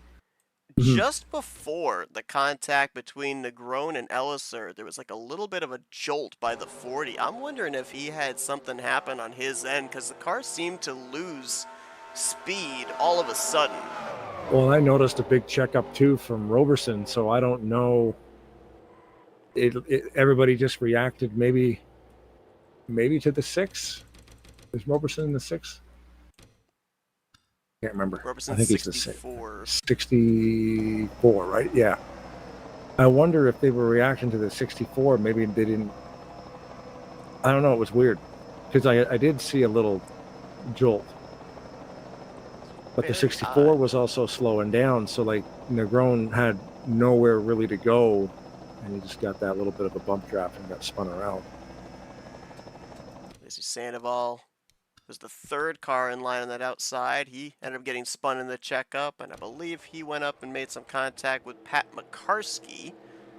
So at least 3 drivers getting bits and pieces of that wreck. And as mentioned, Javier Negron took a big shot with the back end of his race car into the inside wall just past the start finish line as gone to the garage area, so a half dozen drivers so far not going to reach the conclusion of tonight's race. Negrone, Wesley, McCarthy, Jeffrey Elliott, Garland Oaks, and Perry Bond.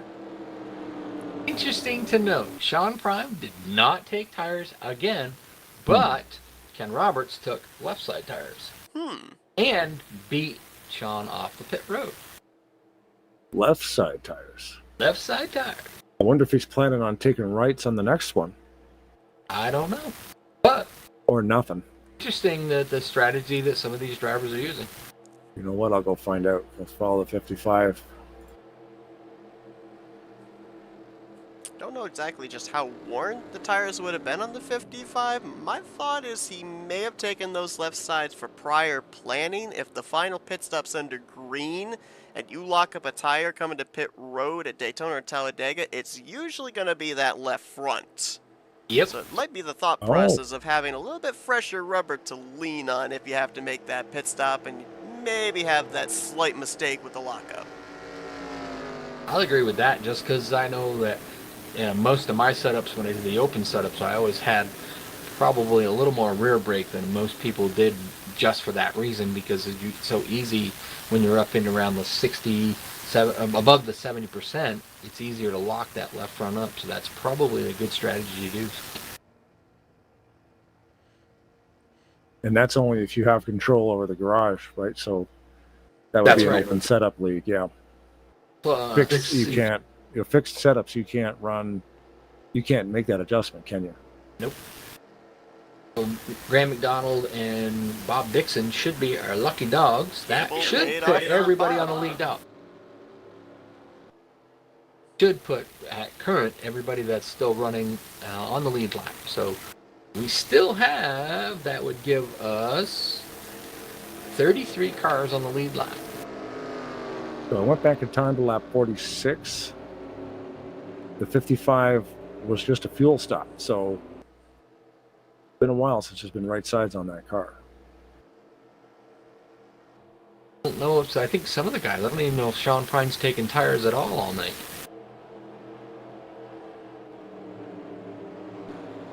These Superspeedway guys, they know about a lot more about this than I do, and pretty sure they like know the what car they're a doing. little bit loose, though, right? But you would lose speed if it was a little bit loose. But maybe they like it to be. Depends. You know, they see an 80-lap race and they're like, okay, well, it'll be a little bit free at the end. It depends too, because my opinion on this track with the setup that a lot of these guys run, it always seems to be a little bit tight on the exit of 2 if you're on the bottom. And if it's a little bit tight and that not taking tires will make it a little bit loose off, you might not lose much time. It sounds weird, but it might work better for them. No, it's a great point. Plus the fact with how close quarter racing, super speedway racing is, you're right up mostly on the back bumper of somebody in front of you. You get that aero tightness we talk about. You don't feel it quite as much at a super speedway as you would a mile and a half or a short track, but it's definitely there, and you combine the tightness in the front with maybe a little bit of looseness in the back, might make that car handle just perfect. Interestingly enough, so far,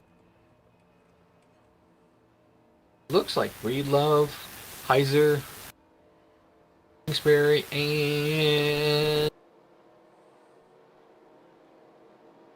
did not pit. Yep.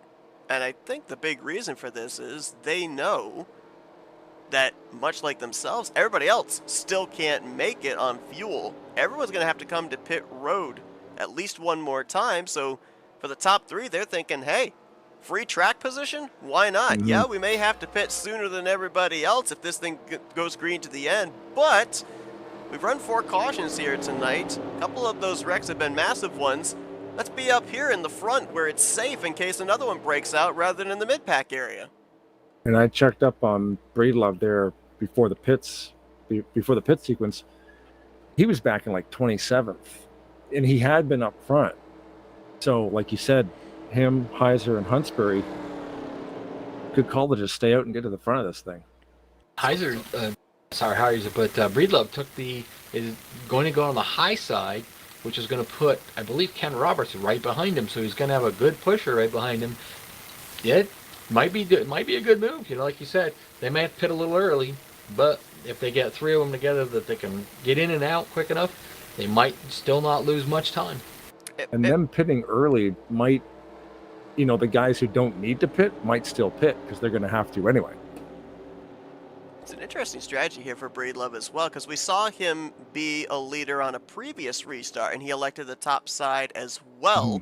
So far, on our 3 previous restarts, the driver that's been on the inside of row 1 has been able to clear off of 2 and move up to that middle line.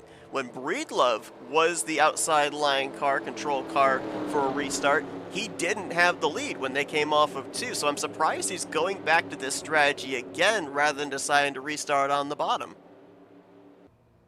Another thing to contend with too, like you said, they didn't pit, they don't have to, but a lot of times if you can get in and out of the pits quick enough, when you come out on the backstretch, you may get overtaken by the leaders, but you can usually get behind them and use them to pull you around. If that happens when they pit, you haven't lost much time just because you got in and out of the pits quick enough, so you got with the big pack and you didn't lose the draft.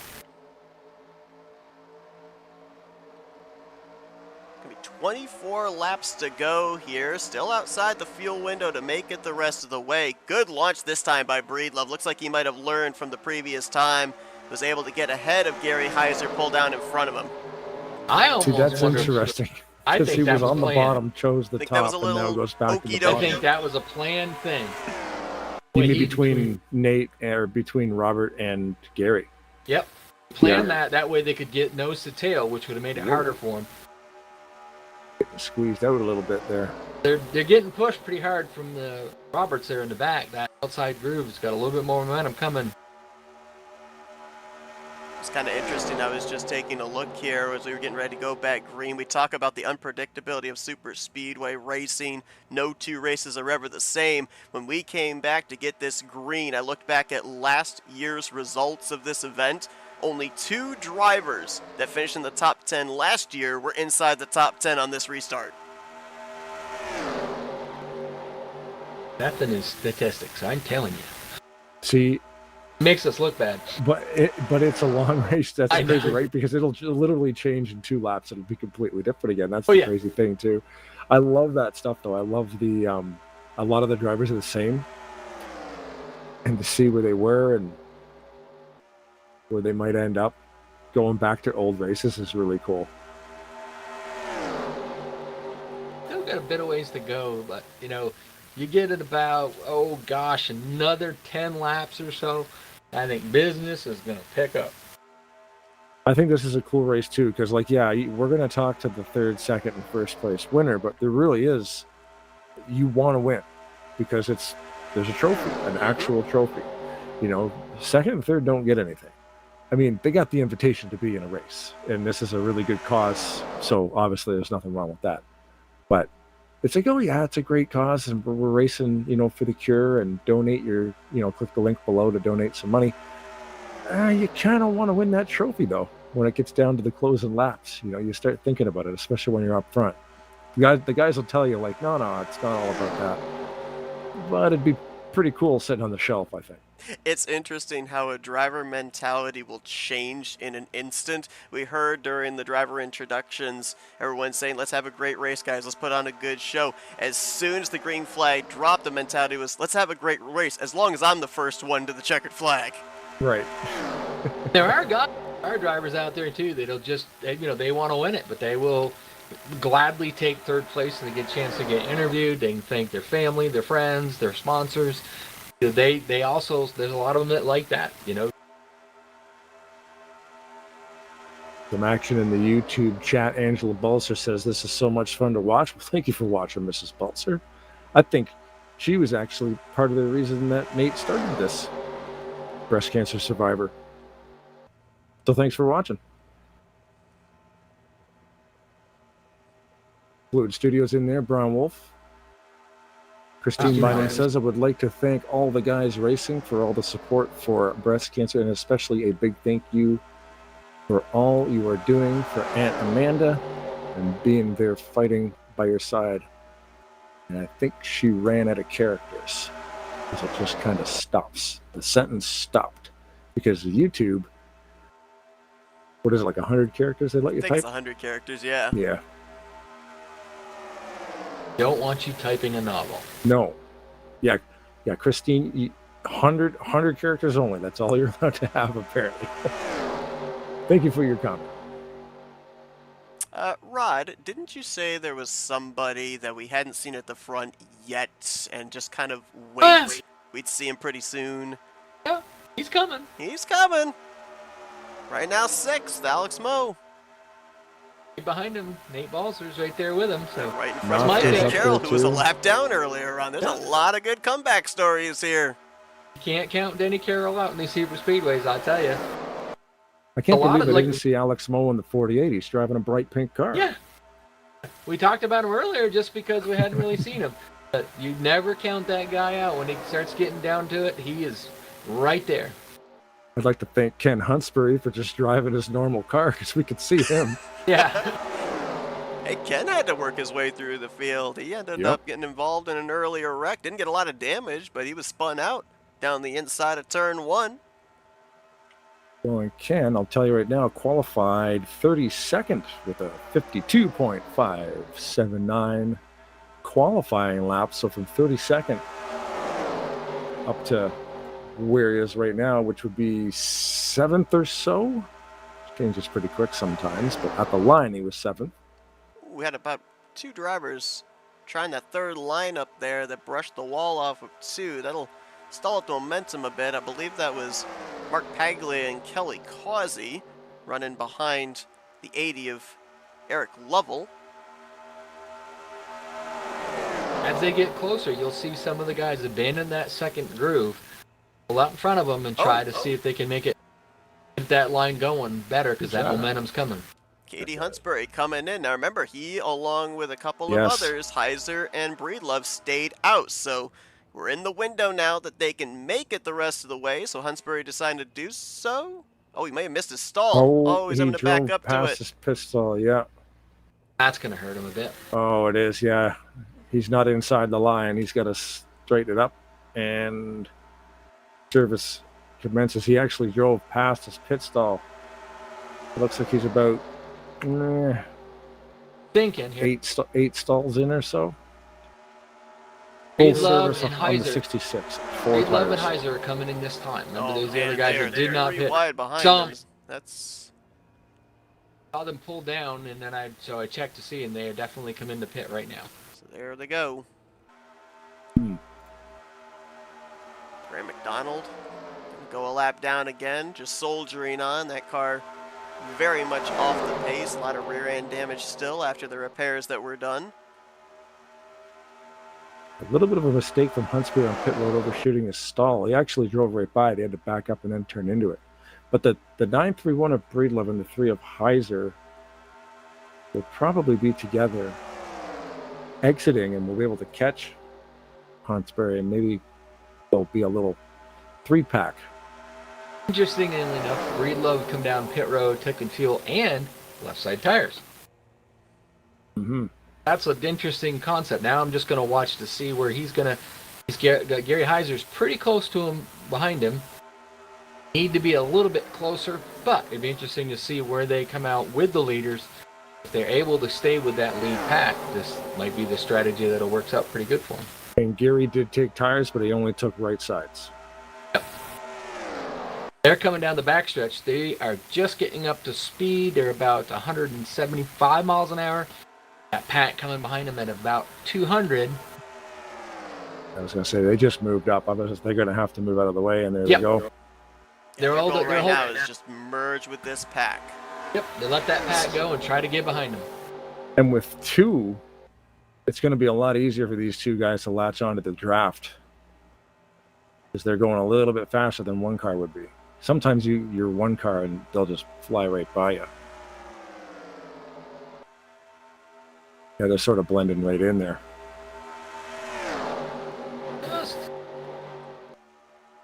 Breedlove wanted to pull down there in front of Pat McCarsky, but just did not have room enough to get down in there. But they're going fast enough now, I think. So once they get to the kind of the latter part of this pack, they will be able to latch onto them. They're not going to lose any time. Now they've got someone pulling them around the track. Everybody else still has to pit one more time. He might be in the catbird seat, may not. We'll have to see how it works out. Got a trio of Lovels on the inside line here. Eric, Greg, and Dan. I was just going to say that. I was just going to say Dan qualified 12th, and he's currently sitting in 13th. So he's sort of he's where he's been the whole race. Big Stone Gap Racing. You get them guys together, sometimes they are unbeatable. Mm-hmm. And they're unbeatable because they won't waver from the plan. Right? They will stay behind each other. They won't, they won't try to pass each other. So if you come up to those guys, you're going to have to get around all of them. You don't have to pass one of them. You got to pass all of them. So like there's 3 of them in a row right there. And they won't leave each other once they find each other. Race has been pretty much dominated by 2 drivers. Robert Breedlove, before he dove to pit road, has led 28 laps so far. Ken Roberts about to tie him right here with his 28th lap led after starting this race from the pole position. 2 guys we talked about, we talked about Alex Moe, like we said, hasn't been up front all night. He's up there, but currently right in front of him, the guy that discoed early on, got a couple of laps down, like you said, Blaine. Now he's currently in the 3rd position. Like Greg Palmer's going to pop down to the bottom. Got Paglia with him, trying to see if they can get that bottom groove working. We're getting down to it. We're almost down to 10 laps to go. Now you're going to start seeing guys start jockeying around, trying to get together, trying to see if they can work their way up to that front. 10 laps almost to go here. Going for the win. Yeah, we went back green with 24 laps to go, so we're looking more than likely a window of around laps 78 to 80 when everybody else, not named Robert Breedlove or Gary Heiser, are going to have to dive to the pit lane. Huntsbury as well. Last thing they want to see them do is have a yellow. When they do that, they want it to go green because they're going to be making up some really good time right now. Maybe they can get out there and get out far enough ahead so they can't catch them.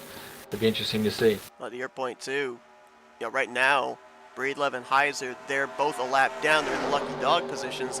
If a caution comes out around the time that these drivers would have to pit, here we go. There probably wouldn't be enough laps left to be able to get back up through the field. Palmer and I think there was the Lovels. Yep. Lovels, yep. All just pitted. Tim Anderson is in as well. Yeah, sorry, Anderson, yep. Bynum's in there. Get organized coming in, get organized coming out. Please do not speed. We need every driver we can get. Yeah. Little friendly fire there. Eric Lovell into the back of Greg. I wonder why Bob didn't pit early. Interesting. I said that he never changes his strategy, but maybe... Or maybe he did and I missed it.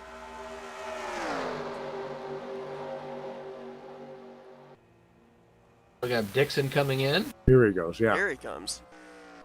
With Elisor in front of him. You mean somebody preempted the Bob Dixon strategy?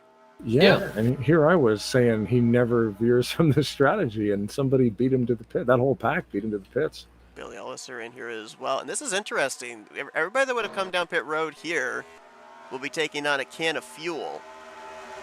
If we can stretch it far enough to around lap 80, you only have to take a half a can of fuel, but maybe they can't make it that far. Maybe my projections are a little bit off here. Granted, we did run a couple of laps there under pacing too, so we might actually not be able to get to that 5 to go mark, and everybody is going to have to take a can regardless.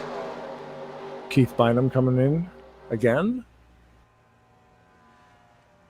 Pretty sure he came down last time. Yes, he did. He was in that group with the Lovels.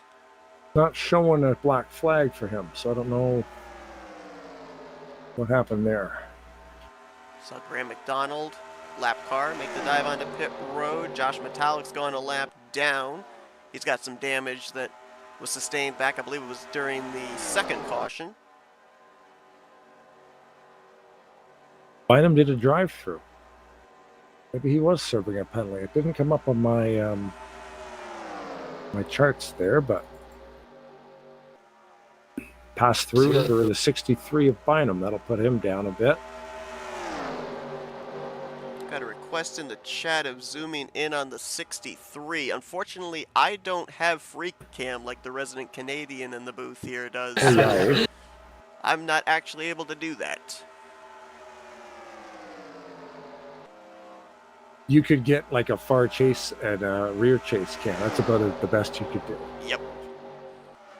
Got to talk to that Canadian and get that thing worked out so you have that. I have that. Well, like I said, he's still got far chase, and you can do that. Yeah, we can give That's what you can still show you the car or rear chase. Well. Yeah, as I say, rear chase is a good one because you get to see the hood decals. Kelly Cazza's pitting this time. Brandsetter, Mo, Denny Carroll, Slocum, all headed to pit road this time. That's basically everyone. Yep. 97 Pat McCarthy goes around the 510. Whoa. Yeah, 510's okay. Just barely. There he is there.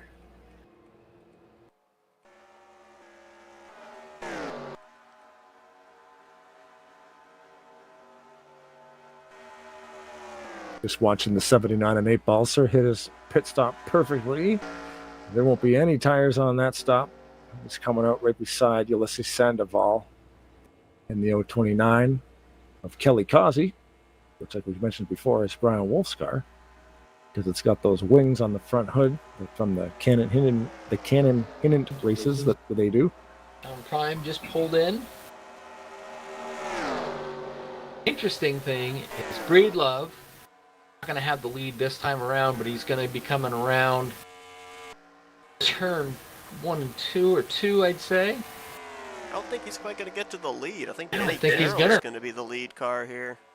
Well, Robertson's got that second pit stall in. The server has the first one, and he's got the second one. So at least he doesn't have to worry about going around anybody. But, man, he's got to slow down earlier than that commitment line to get woed up for that pit stall. That's a rough spot to be. That's what a lot of the drivers, I think, were very happy that they got to qualify here tonight, because a lot of those drivers that like hot pitting, it's very difficult to get that thing woed down when you hot pit and you have one of those first few stalls at the tail end of pit lane.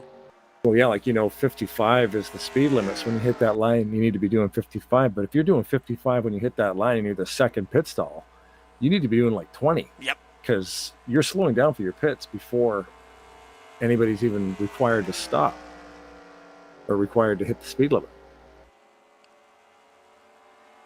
Everyone's good to go on fuel, and look at this. We're about to have roughly maybe a 9-car pack here to maybe settle this out. Novskar's going to cover the bottom. Look at Sandoval high, wide, and handsome with Causey. Oh my, that was what a heads-up play by Sandoval, because that was going to end badly. Sean Prime's looking around saying, I was second a moment ago. What happened? Yeah. Sandoval had the wrecking ball on the front there. It's like, he went around him something crazy. Good move by Ulysses. We're also in that point of no return here as well. Next flag would end the race. Oh, yes, we do have a couple of cars lapped down. McDonald, Huntsbury, and Bynum, which add an extra lap to the caution flag sequence. Got Novsker, Carroll, Mo, Balser still here, Sandoval, Causey, Farrell, and Prime. Those are basically the only drivers that can really be in the conversation currently for this victory. A long ways back there to Mark Pagli and company, and caution doesn't save them because a caution ends the race. Bobby Farrell was up there behind Sandoval and Kelly Cazza, but he went down to the bottom thinking he maybe can pick up a few more spots, but that's not going to help that Cazza. The guys on that high groove need to get more cars up there to be able to get past.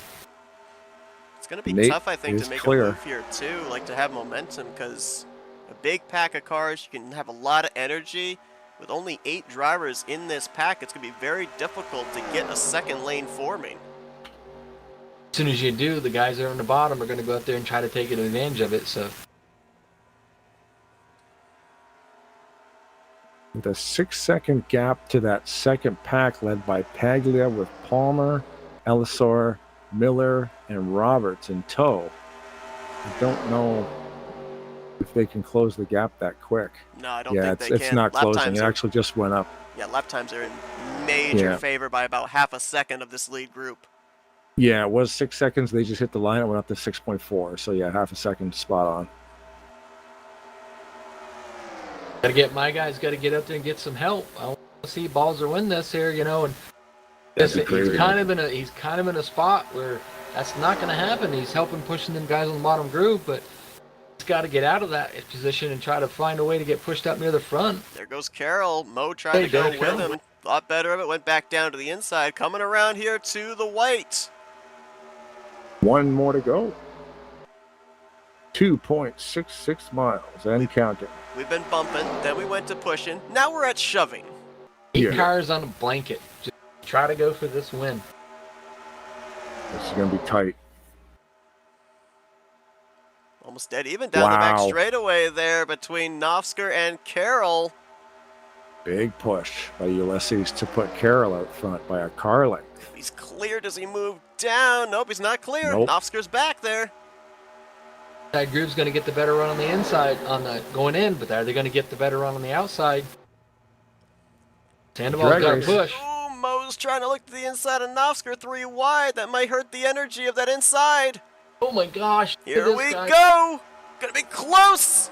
Oh my. Denny Carroll. Wow. About a wheel. Last second. Whoa. Ulysses with the assist there. What a great run. This whole entire race is fantastic. That was awesome. 17 laps under yellow at 85. of a second. And 84 1,000 separated the top 4 crossing the line for the checkers. This is Sandoval come down there congratulating Denny Carroll, give him a little nudge. What a race. Great finish. Great race. A great car. Isn't it funny that Ulysses Sandoval pushes the 41 to the win but ends up in third? Right? Yeah. But I pushed the leader. Doesn't matter. There's a guy beside you that was in front of you. And then when they're 3 or 4 wide across, you don't even know what's going on. My pick for the night ended up finishing 6th, but all in all, it's all the win. Yep. Great job getting this thing together, and it's all for a good cause, and he still had a great run. I mean, to finish top 10 in a race that he's been planning for months has got to be a relief. Like, flawless race, fantastic race, great roster. You had so many drivers to pick from, they can't all fit in here too. So, there's a lot of guys watching this that could have been right in here too. So that's just the talent we get to choose from. Well, for a lot of drivers as well, kind of the mentality of I didn't win, but at least I made it to the finish. And for a lot of these guys in this lead pack, at least I was in the conversation for the victory. Pretty darn awesome. Curious about the burnout choice here. Sometimes, yeah, he didn't do it. Nope. Let you guys do the interview, and I'll move them down for you if you want. Sounds good. User was moved to your channel. Thank you again, everybody watching on YouTube and commenting. Lisa's inspirations. Awesome race. Great job, Nate, and everybody else. But yeah, everybody involved up there in YouTube land, it's great. I think we've got our third place finisher here. Ulysses, you got a copy? What's up, guys? Man, can y'all hear me, right? We can definitely hear you. Man, I'll tell you what. We're up here in the booth kind of sweating it out, trying to figure out who was going to go where. 8 drivers up in that lead pack, all fighting for the victory. I can only imagine the heart rate of the driver in that kind of a situation. Close battle there at the end. You were committed to the 41 coming out of turn 4. If you had the run, did we maybe see you go 3 wide? Because we know the inside line was trying to also see if they could stack up. Yeah, well, the first thing I want is gonna make sure is to push the middle lane, because if I go 3 wide, I would have lost positions to be honest. So I I kind of didn't have no choice to push, but still I did my best there, because coming on the triangle, I had the thing on the floor. I literally was apologizing to Denny Carroll, saying, if I wreck you, I'm sorry. If I wreck you, I'm sorry, before taking the checker. I don't think Danny would have had it, or I don't think Carroll would have had it any other way, because that he wants to be pushed to the lead. He can handle it. Yeah, it was like tendon drafting. We were connecting, and I wasn't lifting at all.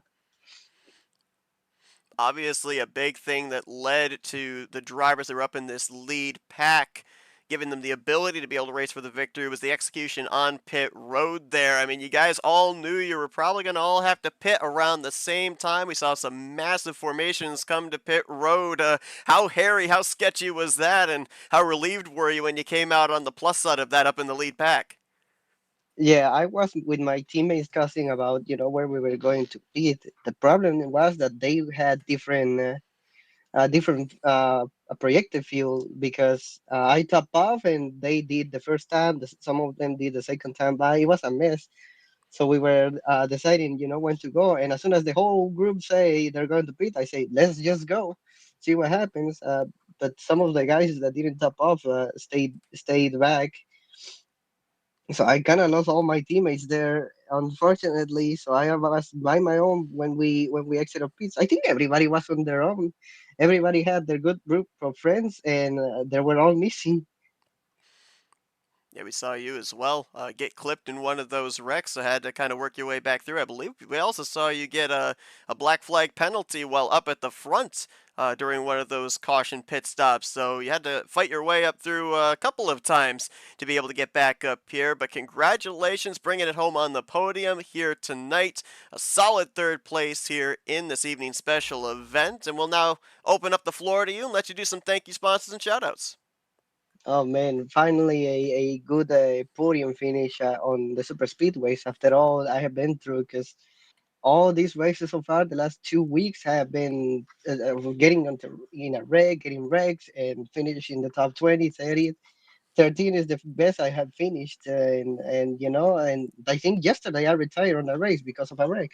So finally, good luck is coming back to me. Hopefully, I can put that on the Thursday, Friday, and Saturday night super speedway races. And what a finish tonight! Is way better than all the races we have so far in this special race. So I gotta thank Nate Balser for bring this race, bring everybody here, guys from different leagues, to race all together on a trail in a thrilling finish on some green flag stuff. This race had everything, and I'm glad to be part of. I'm glad that there's not much I gotta say, but thank you to Nate and all the guys who show up tonight for a good looking race. Big shout out right now just to Mama Sandoval, just to keep it short. And I guess we will see you next time, guys. I was going to say too, man, you led a couple of laps. You qualified 38th and you finished third. Yeah, that's a fantastic run, man. So much bad luck so far, and I thought tonight was gonna be the same. I mean, I was in the lead and went to the back, and then I was like 13 or something and got wrecked. Went to the back again. I feel so lucky now that I was able to recover. Hey, it just proves in super speedway User was racing moved to to your channel. never give up. Congratulations on the podium finish here tonight, and a job well done. Thank you, Rod, Blaine, and Sid. That's This just in. I got handed a note. User was It moved says, out of your channel. David Chin, great race, guys. ASR just went ahead and matched the $300. Oh, wow. Awesome. Yeah. How about that dude right there? Thank you, Mr. Chin. ASR, Absolutely. not the boss. Even though he is, he doesn't want to be called the boss of ASR. But thank you very much for your donation, Mr. Chin. And I believe we've now got a hold of our second place finisher here tonight, Tim Nofsker. Tim, great run for you here this evening. Had some decisions to make there as you cycled out as the race leader at the end of those pit stops. Had a lot of different packs with different momentum coming up there. Obviously, really tough decisions on whether to go up, block that outside line, or stay committed to the bottom. If you could kind of go back, do it all over again, do you still stay committed to that double yellow line? Oh, probably not. I mean, hats off to Denny, and congratulations, Denny. We raced clean for the win. That's more important than anything. Yeah, I probably would have tried to go up high. I don't know what the deal was with the 48, but whether he was damaged or just not fast enough, but he couldn't get up to me. He wasn't going to help me. So I think I probably would have had better luck up on the middle. But yeah, we did what we could. Tried to nip him at the line, just didn't get there.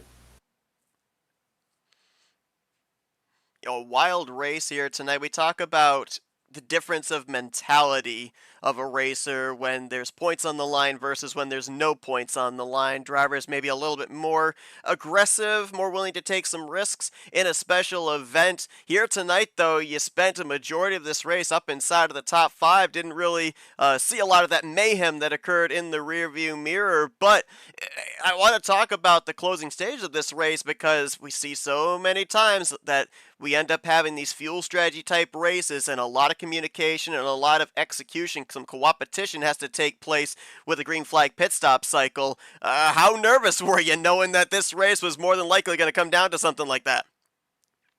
Yeah, I ran out in turn 3. I'd been saving pretty much the whole race. But yeah, I mean, I'm always looking forward like that and trying to save and make sure I can make a number. And I was able to save enough in that last run to where I felt comfortable taking a half can on the last stop. I felt bad because Prime was right behind me, but they had such a run coming, the group did, that I had to try to kill that momentum and was able to do that. Like I said, Denny ran a great race. You know, he was behind me pretty much the last third of the race, and I think we had like minds when it came to the end. He just had a little bit more help. Well, Tim, a great run for you here tonight. Up in the conversation for the race lead the entire evening. We'll give you the opportunity here now for some thank you sponsors and shoutouts. Well, first of all, I think it's absolutely wonderful what Nate organized with the help of Primetime Racing League, and I think that that's the bigger story here, is to try to do good.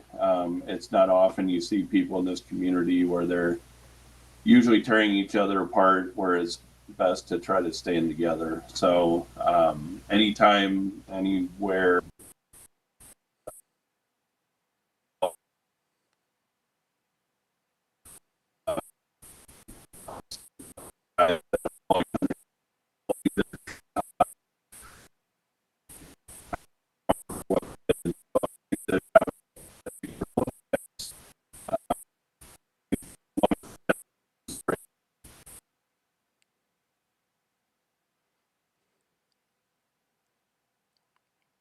Believe we may be losing Tim. Tim, you still there?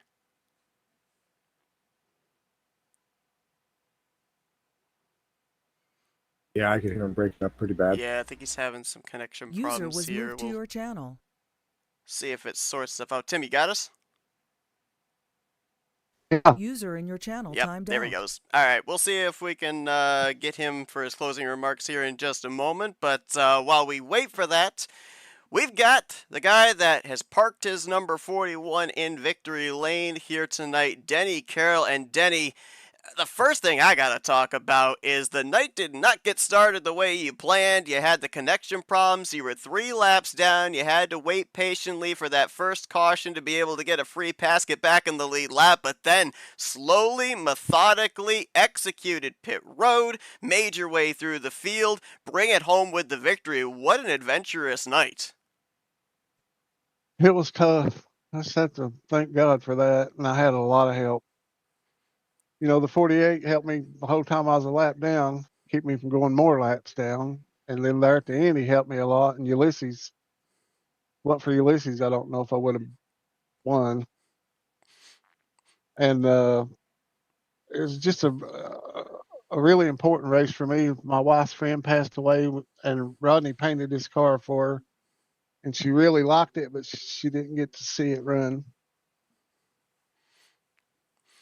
Yeah, we talk about special events, and obviously they have their importance, but a special event like this, where there's a cause behind it, and there's a rallying of people to be able to make the event as special as it was, How much more added motivation does that add to a driver's mentality? Well, it just well, for me, it just made me a lot more nervous because I really wanted to do good for her memory and to make, you User know, was moved to your my wife channel. proud. And I just wanted to have a really good race for her because she really liked the car that Rodney painted, and she didn't. She passed away before she got to see it race. Obviously, we saw that middle line was the momentum line there in the closing stage of this one. We heard from Ulysses just a moment ago. He was preemptively apologizing, saying, "Denny, if I spin you out, I'm sorry, but I'm going to shove the heck out of you." Blaine said you wouldn't have it any other way. Yeah, don't lift. Well, I thought Alex was go with me when I pulled out, and either he changed his mind or he couldn't pull out with me. I don't know which it was, but Alex helped me a long time tonight, and I really appreciate that. Well, Denny, congratulations on a job well done here tonight. Sticking with it after the early adversity, picking up the victory here tonight in this special race. We're now going to give you the opportunity for some Victory Lane thank you sponsors and shout outs tonight. I just like to thank God, my family, and all my friends I race with on here, and we pray for all the people that sick and battling cancer, and it's just not no good for anybody in the whole world. And I thank Nate for putting this on. It's a great cause, and you guys for doing it. I can't wait to go watch it. I just thank God He allows us to be able to race. Where are you going to put that trophy? You're going to need a spot on that shelf. That thing looked pretty hefty. Yeah, I got a few in there. I'm going to put it at the side of it. I think I'm going to put this one on the top. Nice.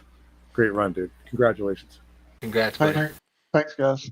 Denny Carroll, your winner here tonight in the 2025 Breast Cancer Awareness Race for the Cure special event. And we are very pleased to be able to now welcome into the booth the man that was the brains behind this entire thing, the organizer of this event year after year, Nate Balser. Nate, I know obviously not quite the finish you wanted. You bring it home 6th. I know you would have loved to have parked this thing in Victory Lane, but man, what a tremendous job you did in putting this event together. It was a lot of fun once again this year to be able to call for us up here in the booth.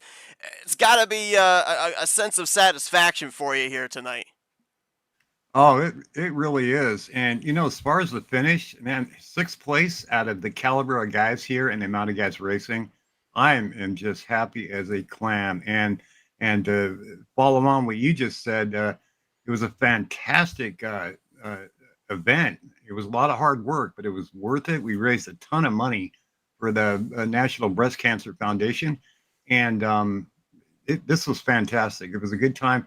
You guys together just singly do a great show, but together, what an absolute fantastic show. It was great. You guys put on a show, man. 16 laps of that whole entire race for under yellow. Like, that was a flawless race. Oh yeah, it was great. There was a part where I got turned a little bit, but we saved it, and I was thankful for that. It was like my soul just kind of jumped out of there for a second. You know how that goes. Well, I'll tell you one thing, in my opinion of it all, we're honored here to be able to do this for you. I'm just glad all you guys were there. All you guys are the best. This is just absolutely great. Now we've got the QR code still up here on the screen for people to be able to donate. Blaine was able to give the exciting news that the owner of ASR ended up matching a $300 donation once this race was over. Any chance you can maybe give us an idea of what we've totaled? Because we knew that the $500 mark had been broken before we even went on the air tonight. Oh, my wife said we're up to about $1,470. Just nice. Way over what we expected. And I mean, I gotta thank ASR and the guy, the donations that came from there is just incredible. Not once but twice. Just absolutely amazing. Brian Wolf and the gang over there. I mean, it's just fantastic donations. I have a question though. So you plan all this all out, right? The day comes today, you're hustling. So tomorrow you're gonna go, All right, that was. When do you start planning for next year? Yeah, we're gonna. It seems like the second one was a little trickier. You know, there's a lot of kinks to get through, last minute stuff. I think this one was bigger than the first one, and we're just gonna jump right in it, and get on it right away. I'm really looking forward to next year, and hopefully the same crew can be in here broadcasting. Well, Nate, we absolutely appreciate you asking us to be a part of this once again. I think I speak for all three of us. We wouldn't have missed it for anything, and we'll clear our schedules for sure for 2026 as well. We're gonna now just leave the floor open to you, let you have it, and do any thank yous or any closing remarks that you want. It's completely yours. Just wanted to thank my sister Lisa for watching, my sister Susie, my wife Angela, my three daughters Alex, Madison, and Katerina, and my parents-in-law Jerry and Kathy, all my friends. You guys are all great supporters, and everybody that donated to this. I mean, ASR, thank you. I mean, it's just incredible, and all the guys that donated in the race. I appreciate it. This could not have been done without you guys or the people that donated. It's just it's beyond amazing. I had a great time in the race. Stayed out of trouble, and we just ran a good one for a good cause. Absolutely did. Incredible race here tonight. Brought it home in one piece in the top 10 here as well. Nate, so congratulations on that solid night as a racer and an incredible night, and obviously a great job throughout this entire year of getting this thing organized, executed to perfection, if I can personally state that. Definitely was a thrill to be a part of. Thank you for allowing us to be able to call this incredible event. Congratulations on a job well done. Thank you, Seth, Blaine, and Rod. I appreciate it. We'll see you Thanks next year. Thanks for the invite. Yeah, Thank thanks you for very the much invite. for being here. It was an honor. It was awesome. It's always a lot of fun. Thanks a lot. Good night, guys. Nate Balser with an incredible job done here this evening with this User was moved event. out of your channel. Well, guys, we got a little bit of confirmation there, so same time next year, right? Sure. Third week of September. Yeah. But man, what fourth an week, incredible whatever. race. You mentioned it, Blaine. We ended up having only 4 cautions here tonight. We saw an incredible green flag run to the finish there. A photo finish where we had less than a second separate the top 4 when they crossed the start-finish line. Little bit of everything like it's come to expect at a Superspeedway, but wow, what a show. Green flag pit stops at go time, and then the last 5 or 6 laps, like, you know, those all the money stops that had to be made. The guys pulled it off. It was fantastic. Congratulations to Denny Carroll, who's going to get that trophy to put on his trophy case. And congratulations to Nate Balser. A great event. Raised a lot of money. That's pretty awesome. I forgot to squint and look. I know there was some white and there was some green. Were there pink on the Denny Carroll car, Rod? Did we get it right that a pink car, or at least a car with pink, ended up winning this race? There was some pink on it. There was pink. All right, just double checking. Not as much as some of the other guys, but it did have pink on it, yes. He met the quota. He did. Yep. All right, perfect. Well, again, it was like 2 or 3 cars that didn't have pink. It was very few. You said, a lot of them were just the spoiler, but you know, still, it was on there. Well, thank you all for tuning into our coverage of this race here tonight. Again, just want to thank Nate Balser for inviting us here, for putting in the hard work, the effort of organizing this event. Primetime Racing League for opening up their TeamSpeak, their server, for us to be able to bring you coverage of this as well, their execution of the event, their part played in this. And a big thanks to the drivers as well, putting on an incredible show for us here tonight. Blaine, Rod, again, I want to thank you for joining me here on the FRN side, 1 year removed from when I joined you guys over at Tarnation TV. It was a blast to be able to do this again. Yeah, it was a blast. Don't forget to thank the people who donated too. Absolutely. They said they were flirting with $1,500. They set the goal for $500 and they tripled it. So, yeah, thanks everybody who donated money. Fantastic. Absolutely. Yes. Tremendous thanks to everyone that donated. Thanks to everybody that tuned in and interacted with us in the chat and everything as well. We've still got the QR code up here. I don't know how long the fundraiser is going to run past this, but I'm sure there's still some time. If you end up wanting to still donate past this point, you would be able to as well. We've got the QR code. We got the link down in the description. You can head on over to the website and donate whatever you can. An incredible cause and an incredible race here tonight for said cause. For Blaine Donlin and Rod Weston, we appreciate you joining us here on your Saturday evening. We hope to see you back here for this event in the year 2026. We wish you a good night as you've been watching another broadcast courtesy of FRN, the Flatout Racing Network. This broadcast is the copyrighted work of Flatout Racing Network and may not be rebroadcast, retranslated, or used in any form without the express written consent of Flatout Racing Network and iRacing.com Motorsports Simulations. Flatout Racing Network would like to thank you for your support, and we hope you enjoyed tonight's broadcast.